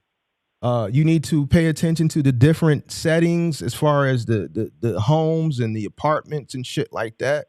Because delivering an item into one place is going to be different. Delivering it to next, taking a stackable washer and dryer into a high rise is going to be different than taking it into a ranch home. It's going to be different than taking it into a bungalow. All three of these different places are designed different. A bungalow is going to have to go down 2 or 3 stairs and make a tight turn, and you're going to have to yank it under and flip it to bring it in. A ranch, you could go through a side door, but if they got a sub basement, you're going to have to hit the basement from inside, and that's going to be very, very, very narrow and tight. a high rise, you're gonna deal with an elevator, so it's gonna be easier. You see what I'm saying? So it's gonna be different. You need to pay attention to just the different style homes and apartments. You need to understand which equipment to use in certain situations. Do I use shoulder straps in this situation? Do I use hump straps? Do I use a dolly or don't I use a dolly? Why shouldn't I use a dolly? Why aren't we using a dolly? Why are we using straps? How to go upstairs, how to maneuver. It's just so much different things. You need to be paying attention to everything. What's the process? What's the process? Yeah, no, of course. Walkthrough process. When to walk away. When to say no. Fuck it. If they charge me for a non-delivery, a non-attempt, let's say $100, fuck it. It may be worth me to take that $100. Then listen to the customer. Get hit with like $3,000-$4,000, right? Exactly. Yeah. So knowing when to walk away, knowing when to say no, customers will send you off. The customer's not always right in this industry. Just don't worry about it. Get it in. Don't worry about the wall because they don't want to go through the process of it going back, getting a refund or going back to the store, trying to switch it. They just want to get it in. Get it in. Don't worry about it. And so many people fall for that because they just want to, they want to help the customer and they don't want the back and forth and shit like that and the customer being mad. Nah, it ain't going to fit. Knowing how to show the customer is not going to fit. And even if still they're pressuring you, knowing how to walk away. Nah, we ain't going to do it. Let them send somebody else out and let them go fuck it up and then have to pay $3,000-$4,000 for that shit. Knowing how to use different dollies. Knowing how to manage. You take how many dollies do you normally carry with your team? Does that depends on the route, depends on what you're doing. Shoot, I've had trucks that got dollies, four-wheeler stacked from floor to ceiling, blanket stacked from floor to ceiling. All depends on the route, what you're doing. Okay. So four-wheelers, what you're doing, what you got, 26-footer, right? Yes, with liftgate. How many you got now? How many what? How many dollies you got now? None? Well, I mean, I got to buy the whole thing, man. I do have the dolly that I used to use for, delivering food products and stuff like that. But I don't think that's an appliance dolly at all. Get an appliance dolly. How much working capital you got, big dog? Well, right now I saved enough. I've had like 25,000 or 2,500. 25,000. Yeah. So that's how much I saved. Get you an appliance dolly, get you a hand truck, start with 6 four-wheelers, get you some shoulder straps, get you a couple hump straps, get you some forearm straps, buy cases of shrink wrap. You might want to start with, give me a second. Get 6 dozen blankets. 6 dozen blankets. If you don't mind me asking, Mark, how do you do final mile, right? I'm retired, big dog. Oh, you're retired already. Oh, wow. Congratulations on that. I'm old, bro. You don't look old at all, man. Appreciate it. I'll tell you that. Appreciate it. But how did you start, though? How was the whole thing? Did you have experience doing it? Or you just I had experience when I came into Final Mile because I owned a moving company and the opportunity I didn't even know Final Mile. I wasn't looking to get into Final Mile. A guy by the name of Eric called me from a company called Dynamics. It's now T-Force, and they were having an issue with this IKEA account back in the day because back then, e-commerce was not what it is today. So a lot of privatized 3PLs were getting into big and bulky at that time, and they were struggling with it because a lot of their contractors that they had converted over to do that contract were used to dealing with smaller parcels, and there was just a lot of claims. So somewhere in corporate, they got the bright idea to say, maybe we should reach out to some moving companies. They're accustomed to dealing with bigger items and they know how to maneuver it because this is what they do day in and day out. They went on Yelp. They took a list of moving companies in this market. I happened to be at the top of the list. I was the first call that came in for a meeting because they called me and they needed me the opportunity. I had to leverage. So they presented me with an opportunity that was just really, really good. I didn't even have to negotiate it. So it was a guarantee every day. At that time, it was $500 a day per truck, per route, per day, Monday through Friday, $600 per truck, per route on the weekend. Now, remind you, this is 2012, 2013, big dog. So you got Final Mile routes that are paying $650 a day.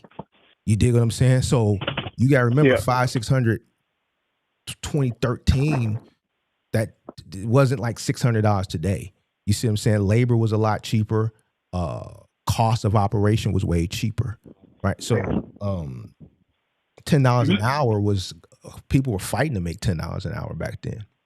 So because the average person in minimum wage was like $6, $7, some shit like that. So so pay a person $10 to $12, $10 to $13 was great.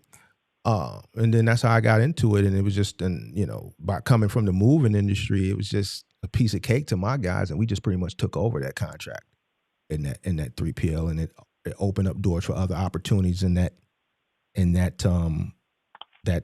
branch 3PL. And then I sought out other opportunities with other 3PLs, and I just kept building it, and we were just crushing that shit. And it happened to, timing played a factor then, because e-commerce was starting to really, really grow. So the opportunity was there, and then majority of the 3PLs back then were privatized. This is before the mega carriers got involved with final mile, because for decades they stayed away from final mile because it's the most expensive leg of transportation. It's also the most liability because you're crossing the threshold. So these private companies were just paying egregious amounts of money. They were privatized. They were, wanted to keep these contracts, and it was just a great timing. So I was able to scale up, very fast. And because my guys that I was transitioning over come from moving, it was just, our efficiency was way better than people that were just coming into that type of industry with no prior moving experience. Oh wow, that's cool. That's cool, man. That's cool. Yeah. So. Yeah, I am somewhat like kind of. I mean, it's the first time I've owner operator, right? But I feel like final mile is the way to go for me. So, and like I said, I do feel like I know what I'm capable of doing and stuff, and I know I can do it. But I don't know what's like, like the bumps that are in final mile, pretty much. And I know I'm gonna have to face them, but you're gonna need somebody. You're gonna need two people, because you're gonna have to rotate. You might want to rotate yourself. You gotta prepare for a person get injured. You gotta prepare for a person to throw their back out.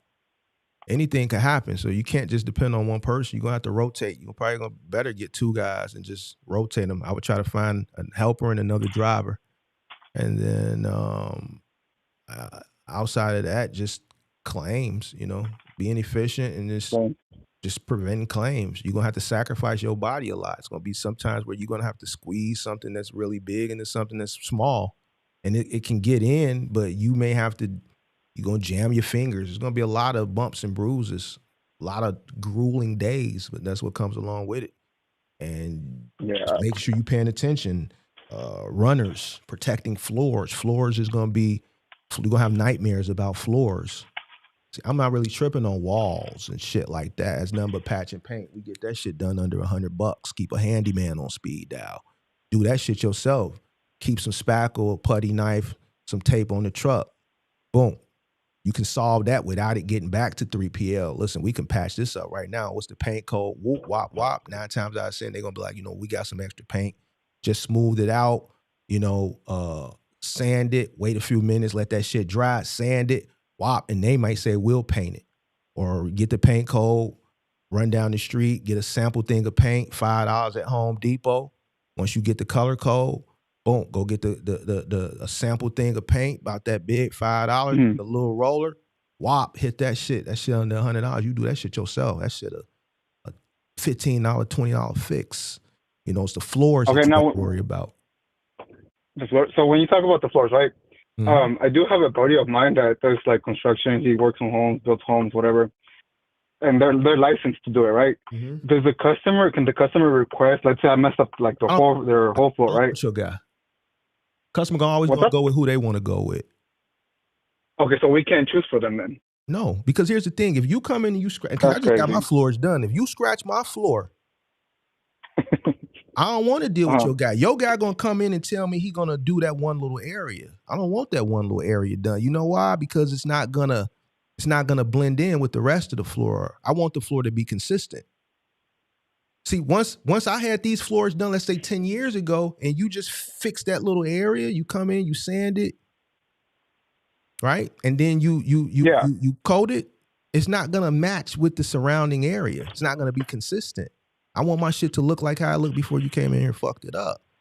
So I'm gonna go with my guy. He's gonna come in, he's gonna tell you $7,000-$8,000. I'm gonna call Paul. I'm gonna call my Polish buddy. And that's what most customers are going to say. They're not going to want to deal with you. They're going to hear you out, but they're going to also get their own estimate. And when the flooring people come in, they don't want to just do that one little area. That ain't shit. They want to do the whole floor because that's where the profit margin, that's where the money is made. And they're going to sell them on like, well, it's not going to look right. That's going to look shiny and that's going to look dull. That's going to look worn from walking over it and mopping it and Swiffering it for 10 years or however long since you had it done, and that's going to look new, and it's going to be obvious. And then they're going to go, no, I want it to look the way it looked. That's how that shit going to go. Not for like workers' comp, right? Huh? No, for like workers' comp, right? Let's say someone goes into workers' comp, and then so I guess here in California, it's locked in for a year for workers' comp. Mm-hmm. And then, see, there's a thing that I heard from one of my buddies, right? That for workers' comp, you're able to pay 18% of their salary, of the employee's salary, right? Is that how it works, or is it locked in for a whole year? Workers' comp is different in every state, big dog. Some states don't require it. Some states require it, and they're strict on it. Some states require it, but they don't enforce it. Illinois is a state that it's required, but they don't enforce it. You got some states that require it and they enforce it. You got some states that don't require it at all. Okay.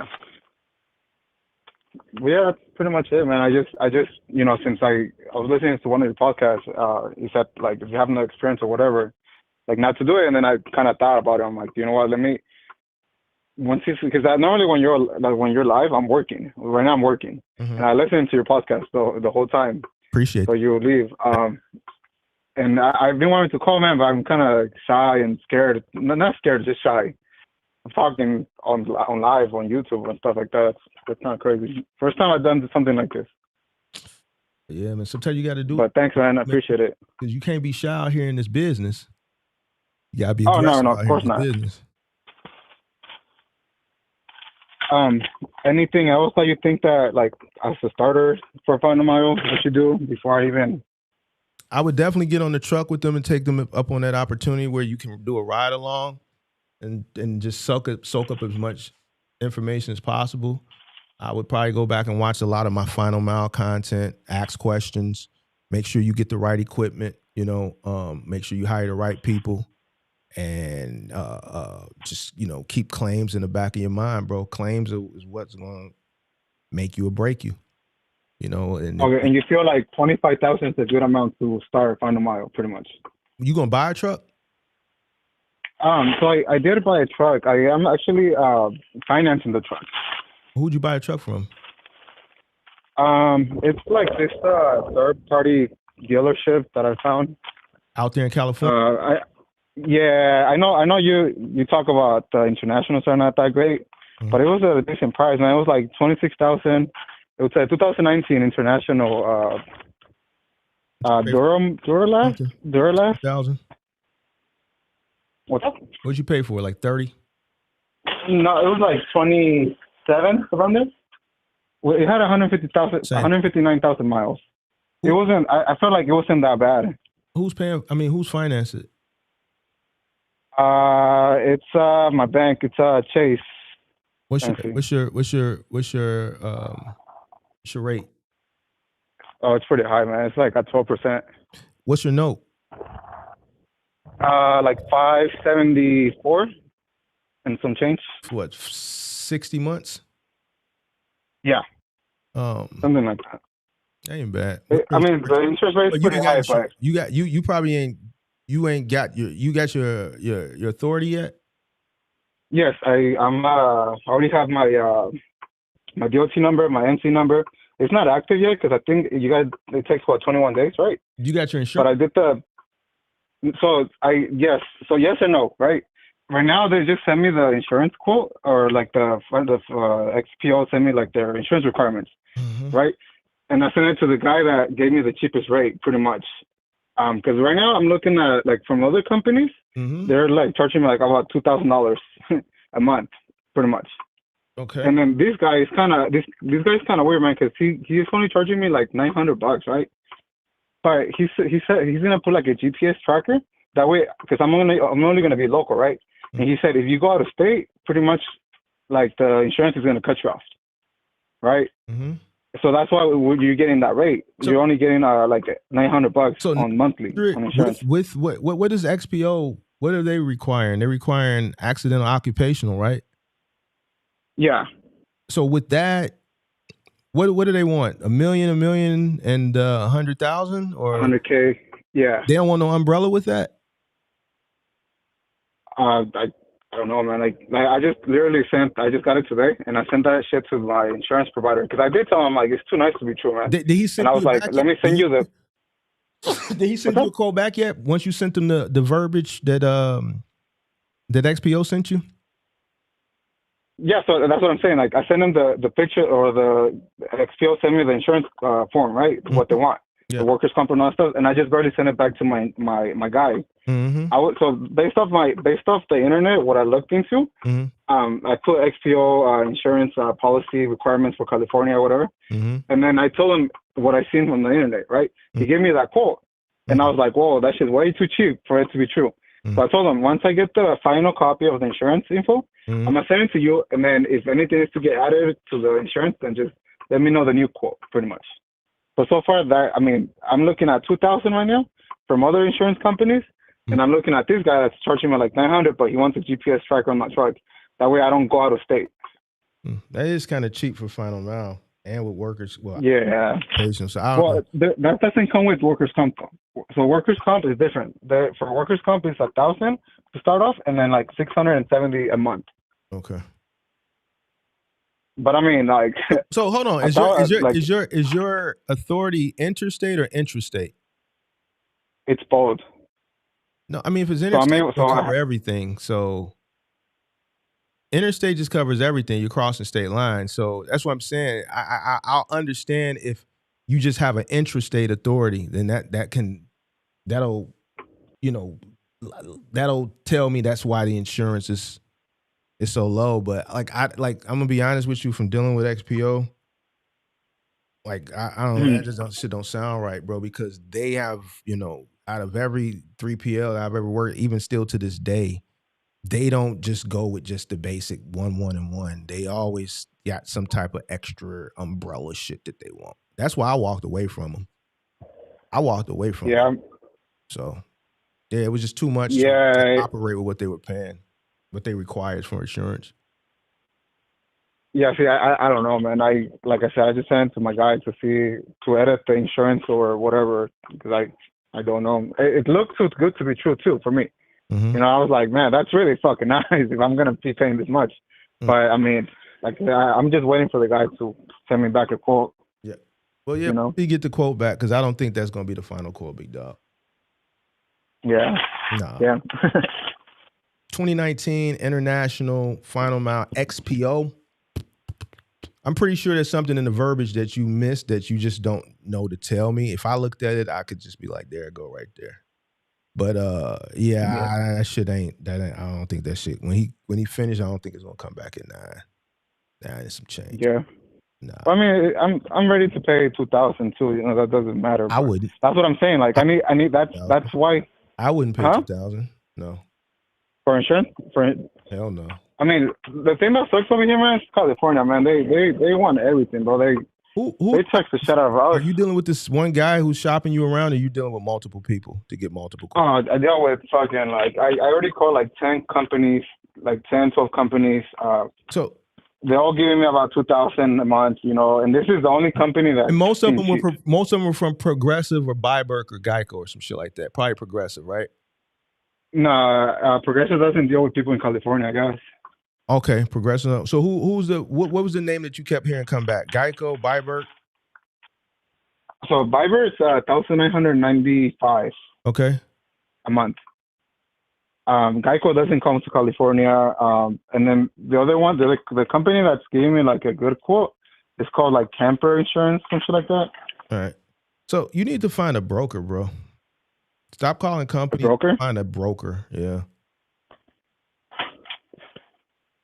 Yeah. Okay. I can't help you there because I'm not in California, so I don't know any brokers that write in California. If you were here, I could help you out. But you got to find a broker, big dog. You know, you got to find somebody that, not a new broker, not some young punk. You got to find like an old broker, like an old insurance broker who's been doing this 20, 30 years. Somebody that's not going to, because what the thing is with these brokers is, you know, an older broker has a book of business. They could have 500 customers that they're getting residuals from every month.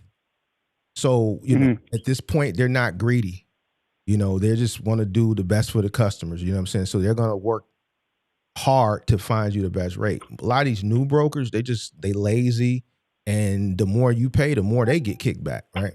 So they'll just go straight to Progressive, and they'll just present you with Progressive. They'll go straight to Byberg or straight to Geico and just write you. Like, my companies are companies that you probably never heard of. You know what I'm saying? Because my broker is 35. He's on his way out. He's passing the business down to his son at this point. His son, every time I talk to him, he's transitioning out. He's going almost 40 years. So, you know, but you know, he has a relationship, and he's gonna go the distance because his money is already made. He got a book of business. So he's looking out for the customer. He's not looking out for himself. So getting a quote in the same day, to me, that's an indicator of somebody who ain't really looking out for your best interest. When I deal with my broker, it's gonna take at least a week to come back to you. A week. Okay, so yes, I looked into that shit too, right? Because I was getting fucking quotes that were like 2,600, and that shit was coming back within like 20 minutes. Yep. Right, but the people that take like a day or two, like these guys took like 2-3 days to hit me back up, right? And that's what he gave me that quote. So yeah, like the people that are taking not that long, I feel like they're not even like, they don't care. They're just giving you a quote. You know what I mean? I looked into this guy. It's not the fact they don't care. It's just they're not shopping you. See, a good tenured broker is going to shop you. They know how to shop you. They know where to shop you. So like a newer broker, some of these startup companies, they don't have relationships like that. Or, you know, some of these brokers, they just go straight to Progressive. They know you don't know the business. You see what I'm saying? Like, I got 3 different companies. I got a different general liability, I got a different commercial auto, and I got a different cargo. When I first came to YouTube, people were like, you can do that? I'm like, yeah. They're all written on the policy on the Accord form. You don't have to have Progressive for everything. You don't have to have this company for everything. People didn't even know that. Like, I have 3 different companies, bro. Because my broker is shopping. This company may not give me a total package deal that is good. This company over here got a great rate for general liability. This company has the best rate itemized individually for commercial auto. This company has the best rate for cargo. This company for all 3 is this much. But you know what? If we just get general liability with them, they're the best. So we'll pluck this here, put this here, and put this here. This is where it's going to give you the best. This is a broker that's working. They're going above and beyond to make sure that you got the best. But I'm going to be honest with you, finding a good broker now, it's hard, you know. So I would try to see if you can get some referrals, talk around to some guys maybe and that are in the business, and see if you can get a good referral of a good broker, somebody that's older, that's tenured, that can shop for you really, really well. Yeah, I mean, I did also look in. So there's this guy, right? He does XPO already. And he gave me this insurance, right?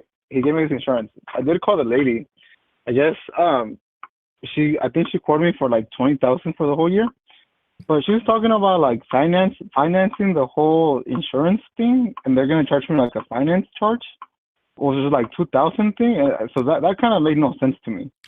So a lot of things are different. You ever heard of that? Yeah, that shit, never heard of that. You know, but a lot of things have changed.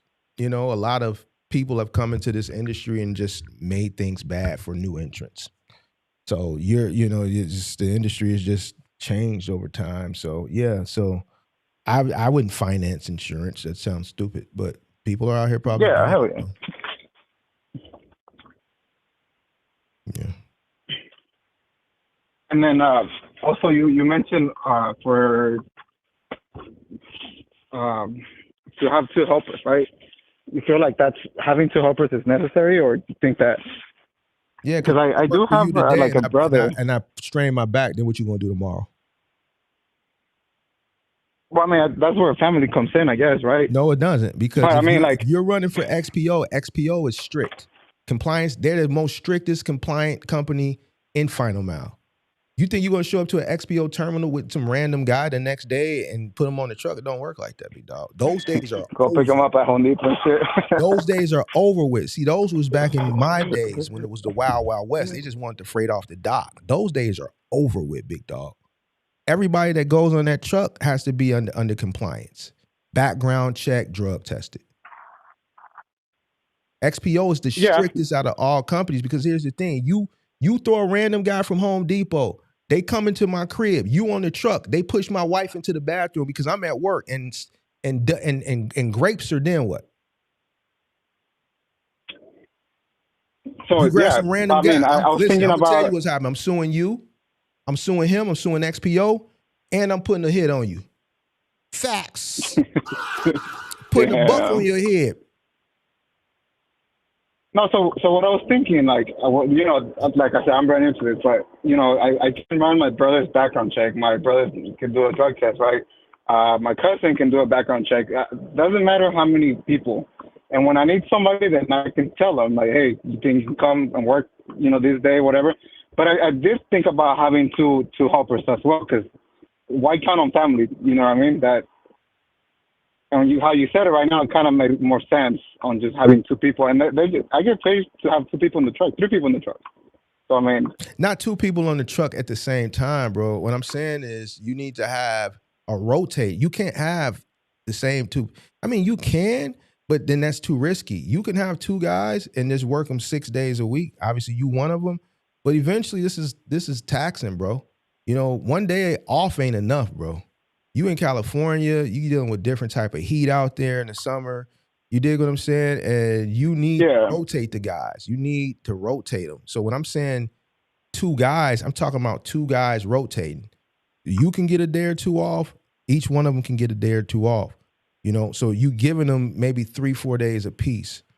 You see what I'm saying? And rotating them. Or if you can get a guy who's willing to just work 2 days or 3 days, then you can got a guy who's working 5 days, you get yourself a day off, and then they come in and they clean up when you and the other main guy need a day off. Or if y'all working the 6 days, you got a guy that's just there on things. So yeah, I would background check two guys and then you. Two guys? Yeah. Okay. Is there like, I mean, when, you know, you started driving for Final Mile or whatever, right? Or not Final Mile, just you started owning box trucks. Was it easy for you just to give the keys to somebody and say, hey, just be careful, drive safe? Or did that took you a little bit of time? No. I don't know if that kind of makes sense. You vet the people out. My operation is a little bit different. I talked about it. Like back then we were bringing people in from the community. So there was the core people that were coming in were people that I knew that were from the community. I was giving opportunities to. So, you know, there's vested interest back into the community, and here's a person from the community that's provided opportunity when nobody else was. But then there was also enforcement there to ensure and inflict fear in people that they did what was in their best interest. So my operation is going to be a little bit different from your operation, and then we're dealing in a different time period back from now and then. Me handing somebody a key, no, I'm not concerned about that, because I got to hand them the key so they can go out and get that money. My biggest fear is people going out, and I've said this over and over again. You probably haven't watched the channel that long. As far as people driving, was not what they're going to do with the truck, if they're not going to bring it back. I'm not worried about that. My biggest thing with a person driving a truck was they didn't hit nobody. I'm in a big populated city. You know, trucks are downtown, people running out in the street, kids running out chasing balls in the summertime, people downtown Chicago just walking not paying attention, bicyclist, bike lane, the blind spot when the bicycle is flying in the bike lane and the truck trying to make a right turn and the blind spot and the bicyclists just keep going. People have entitlement. They feel like you should stop for them. I'm a pedestrian, even though you got you got the right of way. I'm gonna still walk out and cross the street, and you better stop because I'm the pedestrian, and they'll walk right in front of you. Shit like that, bro. That was my biggest fear. It wasn't what the driver was gonna do. Or the truck is the truck, bro. We not worried about that. We worried about a driver and shit like that. We not gonna make no money. No, I never worried about shit like that, big dog. Yeah. Well, since I worked at MSN Excel, right? They're dealing with 24-foot box trucks, and then I mean, my coworkers, I guess, back in they didn't give a shit, man. They were fucking speeding like a motherfucker. They hitting shit left and right. So like that's my biggest thing. That's where training comes in. That's where training comes in. That you got to train. If you don't train, for sure, you're gonna get that. You don't listen. You got to train, and you got to put fear in people, bro. There has to be a level of fear. Yo, if you tear some shit up, I ain't paying for it. I ain't paying for no dumb shit. I'm not paying for no dumb shit. Some shit that you know. This is a part of it. We gonna eat that dumb shit. I'm not paying for it because we trained you. I warned you. Don't do no dumb shit. I don't see now. You got to worry about people arguing with their baby mama. You got to worry about Instagram. When I got started, Instagram wasn't even invented yet. YouTube was a place where people looked at who bit Charlie's finger. Charlie bit my finger. People wasn't, the desire to scroll it wasn't a thing yet. So now people can't stay away from their phone. And that's the biggest cause of like accidents and arguing and fighting with their baby mom. All that shit is where it gets you in trouble. But you have to train really, really well. You have to have SOPs. Right? And you have to have some level of fear. Like these people got to fear you, big dog. They have to fear you. Okay. And if you can't inflict fear, like from one a monetary, listen, I ain't paying for it. Dumb shit I'm not paying for. I'm taking out your check. I fuck some shit up. I might give you a week to think about it. Like I need them to depend on me. The moment, and it's difficult today. Because of the opportunity. See, back when I was getting started, there wasn't no gig and that people needed me. Don't piss me off. I'm gonna give you a whole week to think about it. I'm gonna fuck with the money, fucking with the money. And people hate when I say this, but that's why they struggling. Don't put me in a situation where I gotta give you a week off and I gotta put you on punishment. I ain't gonna fire you, but I'm gonna give you a week off to think about this dumb shit you did so that you don't do this dumb shit no more. Because I got to pay for this dumb shit. And I don't like paying for shit. I like making money, not losing money. So it's just not going to be because if people see you sweet and they think they're going to keep fucking shit up. So like when you talk about these guys where these motherfuckers don't care and they keep fucking shit up because there's no consequences behind their actions. There's got to be consequences behind motherfucking actions.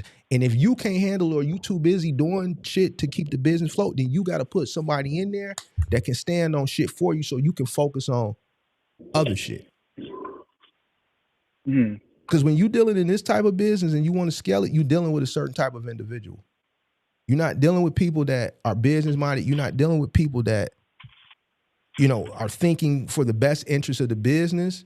You're dealing with you're not dealing with people who can code AI. You're not dealing with certain type of people. You're dealing with people that if they could be doing anything else, the last thing they would be doing is lifting the refrigerator up 2-3 flights of stairs. And that's not to talk down on an individual, but that's just reality, bro. That's just like saying, yo, if a person who could speak English and they had citizenship, you think they'd be on a roof on a 115-degree day, roofing, putting shingles and shit on? Fuck no. That is. See, over here, we it's harsh, but it's real. These are the individuals that you're dealing with, right? So you have to handle shit a certain type of way. These people don't understand business the way you understand it or how you looking at it. And that's why whoever you saying is dealing with that shit. They keep doing this, they keep doing that. The reason why they keep doing it is because they letting it happen and they not getting rid of them because people are just not good people. people are hard to come by nowadays. And the tougher the job is, the more labor intensive it is, the more taxing it is, even harder. But you can never let nobody run your business. The moment they feel like you need them more than they need you, they got you. You'll never get your shit back again. They got your shit. That's their shit now. That's what we say here in Chicago. That's our shit, bro. We ain't tripping nobody. We'll get there when we get there, man. And it's our shit. You can't never let them get that in their mind. The moment they feel like you need them more than they need you, they got you. You always gotta make them to believe, even if you know, like, bro, I need them to show up, but you can't never let them know that. You gotta always think, man, I don't need you. I'll go get somebody else. This shit ain't about nothing. Even if you not on the truck, well, man, take you. I don't want to hear all that complaint, man. Get your ass off my truck and get on your own truck. Show them I don't need you. I let the welfare feed you. Don't never let nobody. That's why they doing that shit over there. Ain't no consequences behind their actions. And these are the type of people that do this type of work. You gotta understand what we dealing with. You dealing with. You say you from California, right? What part of California? Yeah. Southern?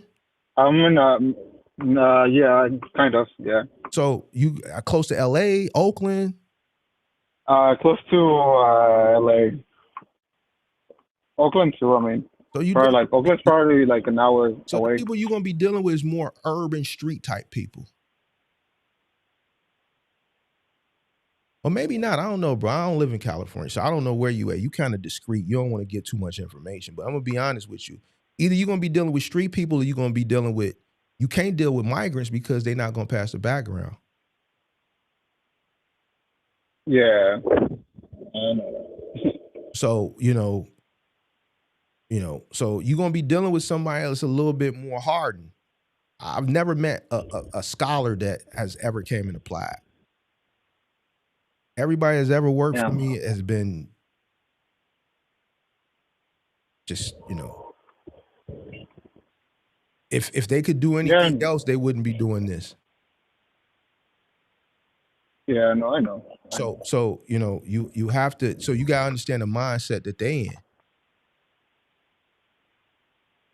So it's a lot, bro. So. Okay. Any other thing that you think that can help me out? I mean, it's a lot, but we'll be talking here all day, big dog. Yeah. We be talking. It's a lot of shit, bro. It's not something we could do in just, the short, probably, I don't know how many minutes we've been on here now, but like this is some shit that could go on all rest of the day, throughout the night. I've been on the phone with you about 47 minutes now, so. Yeah, this is a conversation that could go on for hours and days. You're talking about years of experience that you're talking to right now. So we can go through scenarios, we can go through all type of shit, but you just need to go back and watch the final amount content, bro. And, I did try to, there was, I mean, I gotta go to your channel and I guess keep scrolling down more, but I do go into the final mile content, but it's always kind of the same stuff. And then I think, at a certain point, there was people calling about Final Mile, were asking questions and stuff like that. Like this guy was talking about having another helper, and I can't seem to find that type of content with you on your page. What type? So you say what type of content? You talking about Final Mile content? Yeah. Well, first you got to search Final Mile. So you go to the videos, search Final Mile. Go to the live, search Final Mile, and then sometimes it might not be Final Mile in the title. It may, my channel has evolved. So when I first started, it was just straight educational, polished type, not even lecture style, but more just 100% educational, like PowerPoint shit. I would go through that shit, and now it's more podcast, education, little entertainment, satire, but still fully educational business. But more in a different, more of a podcast type setting. You still have information, but now I'm inserting real case studies, real life scenarios based on experience around the education. Because I have to keep evolving. People's attention span is short. So where I dominate this market is I got more experience than my peers. so I can sit here and kick this game with you. You dig? Yeah. You know, so yeah. They don't like. Well, I appreciate it, Mark. Like I said, you make my time go faster at work for sure. It is my podcast is good, man. I appreciate that, big dog. Appreciate that. No, it is. Appreciate that. Well, all right, Mark. Thanks for your help. Appreciate it. All right, man. Be safe. All right, bye-bye. Yes, sir. All right, big dog. It's 4:00. Ooh, man. So ain't nobody else called while I was on the phone with him. So we just gonna end it. I don't want to talk to nobody else anyway. I want to go to the gym early today. Okay. Did we hit we didn't hit our goal. I don't think we hit 100 people. Yeah, they don't want to hear this shit, bro. I don't know. Might take a week off. I don't know, bro. I might take some time off. I don't know, man. I'm gonna think about it. I do. Well, I ain't gonna say nothing. I just, you know me, I just say, I do shit and then I'll tell you about it after the fact.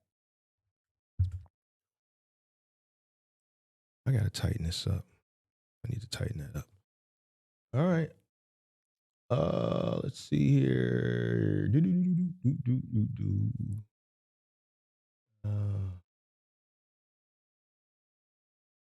Crazy. If you haven't noticed, we've been ignoring you of a lot of your comments. My homie said, man, just ignore some of these crazy people because you can't get. We not having these conversations, big dog. You ain't really one of them guys like that. You did. You ain't one of the guys. You wouldn't understand, bro. You ain't trying to get to it like that. I'm only talking to people that's trying to get it. I'm only talking to winners, big dog. I only want to talk. If you're not a winner or you don't want to be a winner, then I ain't for you, big dog. I ain't for you. It's just what it is, big dog. I only want to talk to winners. Listen, and I'm gonna say this, I'm gonna get out of here. I don't really like losers. Cause then they energy come around you and then that shit is not good energy, bro. I only want to be around winners. I don't want no negativity. I don't like motherfuckers who ain't trying to get it. I don't like motherfuckers that's complacent. I don't want motherfuckers that's lazy and comfortable. And you ain't in the position to be comfortable. I don't want to talk. You dig? I don't want to talk. I don't want to be bothered because being like my homie said, like, why you arguing with motherfuckers that or debating with motherfuckers that really don't really want nothing? Help the motherfuckers that want to be helped.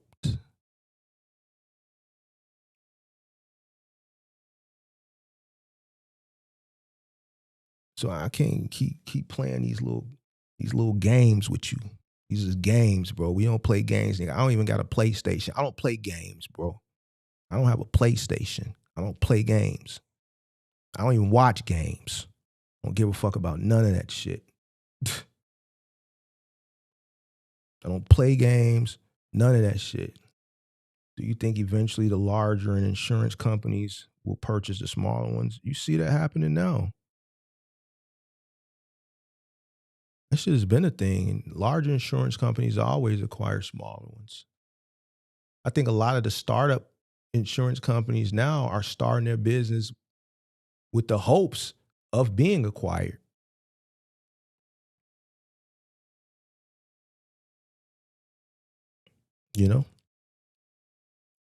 That's been something that's gone on as far as I can remember. So,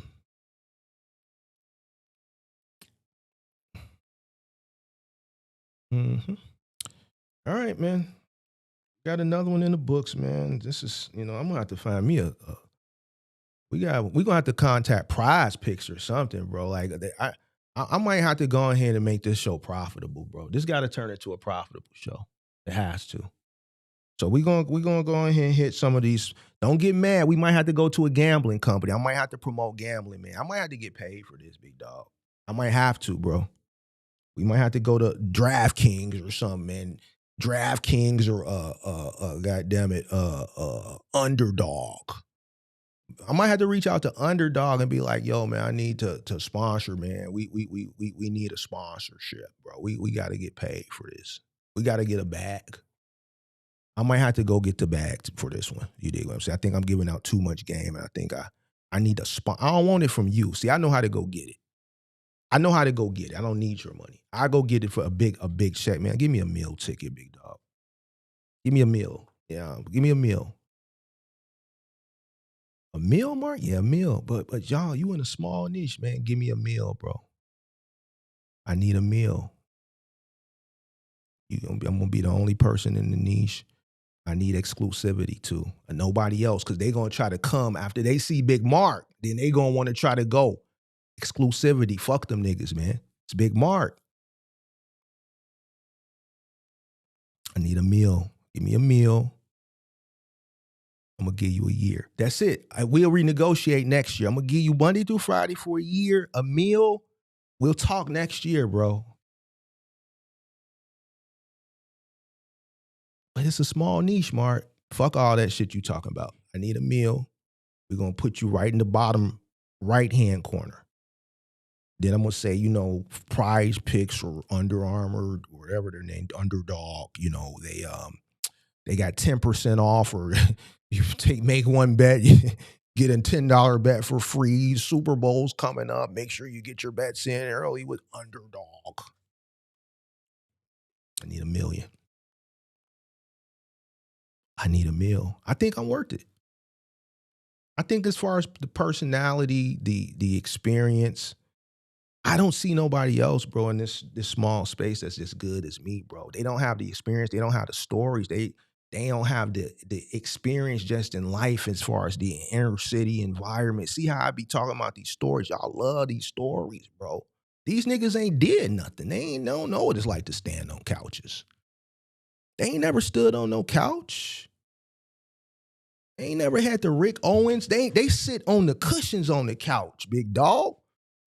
They go in the spot and they sit on the cushion. Big Mark comes stand on the couch, sit on the top of the couch, Rick Owen on the cushion, chilling, looking over.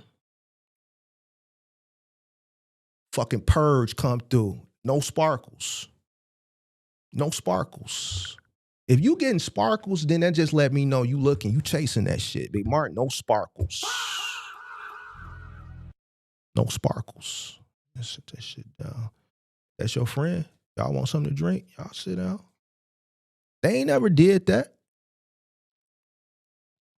They don't know what it's like. Leave my shit right here, bro. No. Leave my shit right here in the front, bro. At 200. I need your key. Man, I'm keeping my key. All right, extra 50, bro. Here, man, take that shit, bro. Hey, bro, Kirk will tell you. So he told you, man, we not waiting in that line. What the fuck you walking down there for? We ain't, man, Joe, what it is. What's up? Boom. He don't know. I already had it in my hand. I had it folded up in my hand already. He looked down. Hey, I mean, with you. There you go. They never did that.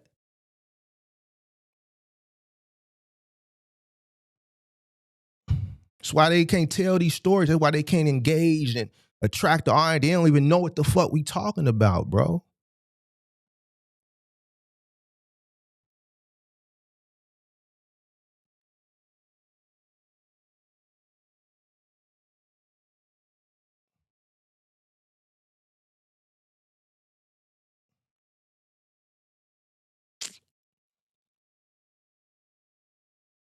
That's why I can capture an audience and hold them. What it is, big dog. They ain't experienced these things, bro. It's things, bro. See, when you experience things, you can talk about them, big dog. And then you can incorporate that into the shit, and that's how you hold it. A lot of motherfuckers out here boring, bro. Y'all told me about somebody earlier talking about cheap freight, man. That shit be boring as hell, boy. Motherfucker be playing all that little jazz music and shit. That shit's boring, bro. Nobody want to hear that shit, bro. Motherfucker want to hear that real shit, boy. They want to hear that real shit. So if motherfuckers, like you said earlier, want to beef, bro, I don't know. Motherfuckers want to tap in with that real. They want to hear these real stories. They want to understand what this shit really is. When I talk about the YNs and shit with the Instagram, you know I know what I'm talking about. Because that's what y'all be on. And they be like, damn, Unc, you crazy, man. But you telling the truth. When I throw those little subliminals like, yeah, little baby, your favorite rapper, you know why I'm saying that? Because you tricking off. When I say, man, Zion, your favorite ball player, you know where I'm getting at. These other motherfuckers, they don't understand what I'm talking about. I'm speaking in code. Only the real ones know what it is. I'm one of them. I think that's why I get the heat that I get, because damn, he cold. Motherfuckers just want to be cold with it. Somebody else said, man, and you from a place where everybody trying to be like. I'm from the crib. You know, the crib listen, I can't help that, bro. Y'all just gotta take that one on the chin. I can't help that. We set that. Anywhere I go, oh, well, you from Chicago? Oh, man, Joe, that's just what it is. That swag. Even the AI dude that came in trolling, like, man, Mark just got swag and shit. But he couldn't help because he got to be honest. I can't help that. You got to accept that.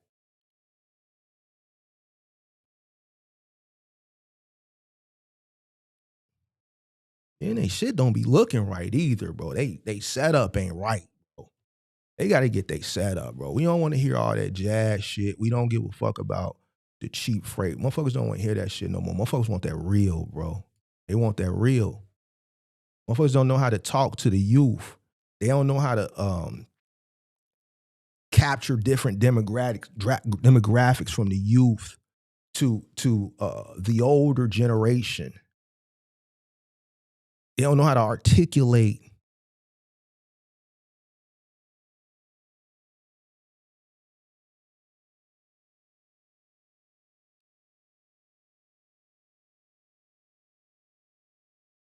if I smoke, these niggas would be blowing my high.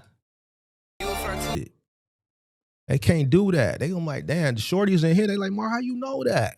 Come on, big dog. Shorty's like, Mar, how you know that? How you know that? Damn, man, Mark, you know that? Come on, big dog.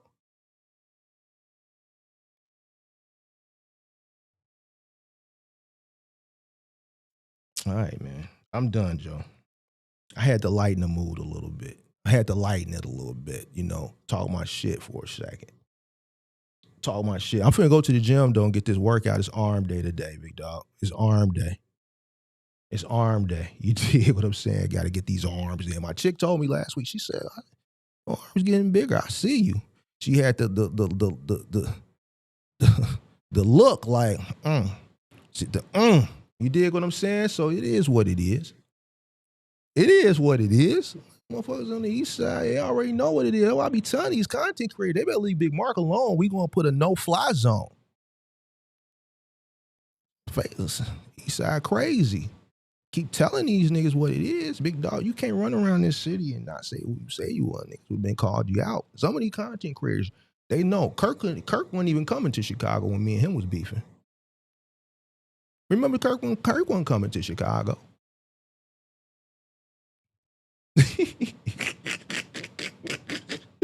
Ah, shit. See that when I talk my shit, they don't have comebacks for this. There's no comeback for that. They can't come back. So just best to leave Big Mark alone. Get ugly out here, boy. He said, damn, even the bass coming through. Yeah, because we got good shit over here, boy. We don't have that cheap shit. I get to the gym, big dog. I'm out. I'll catch y'all tomorrow. Peace.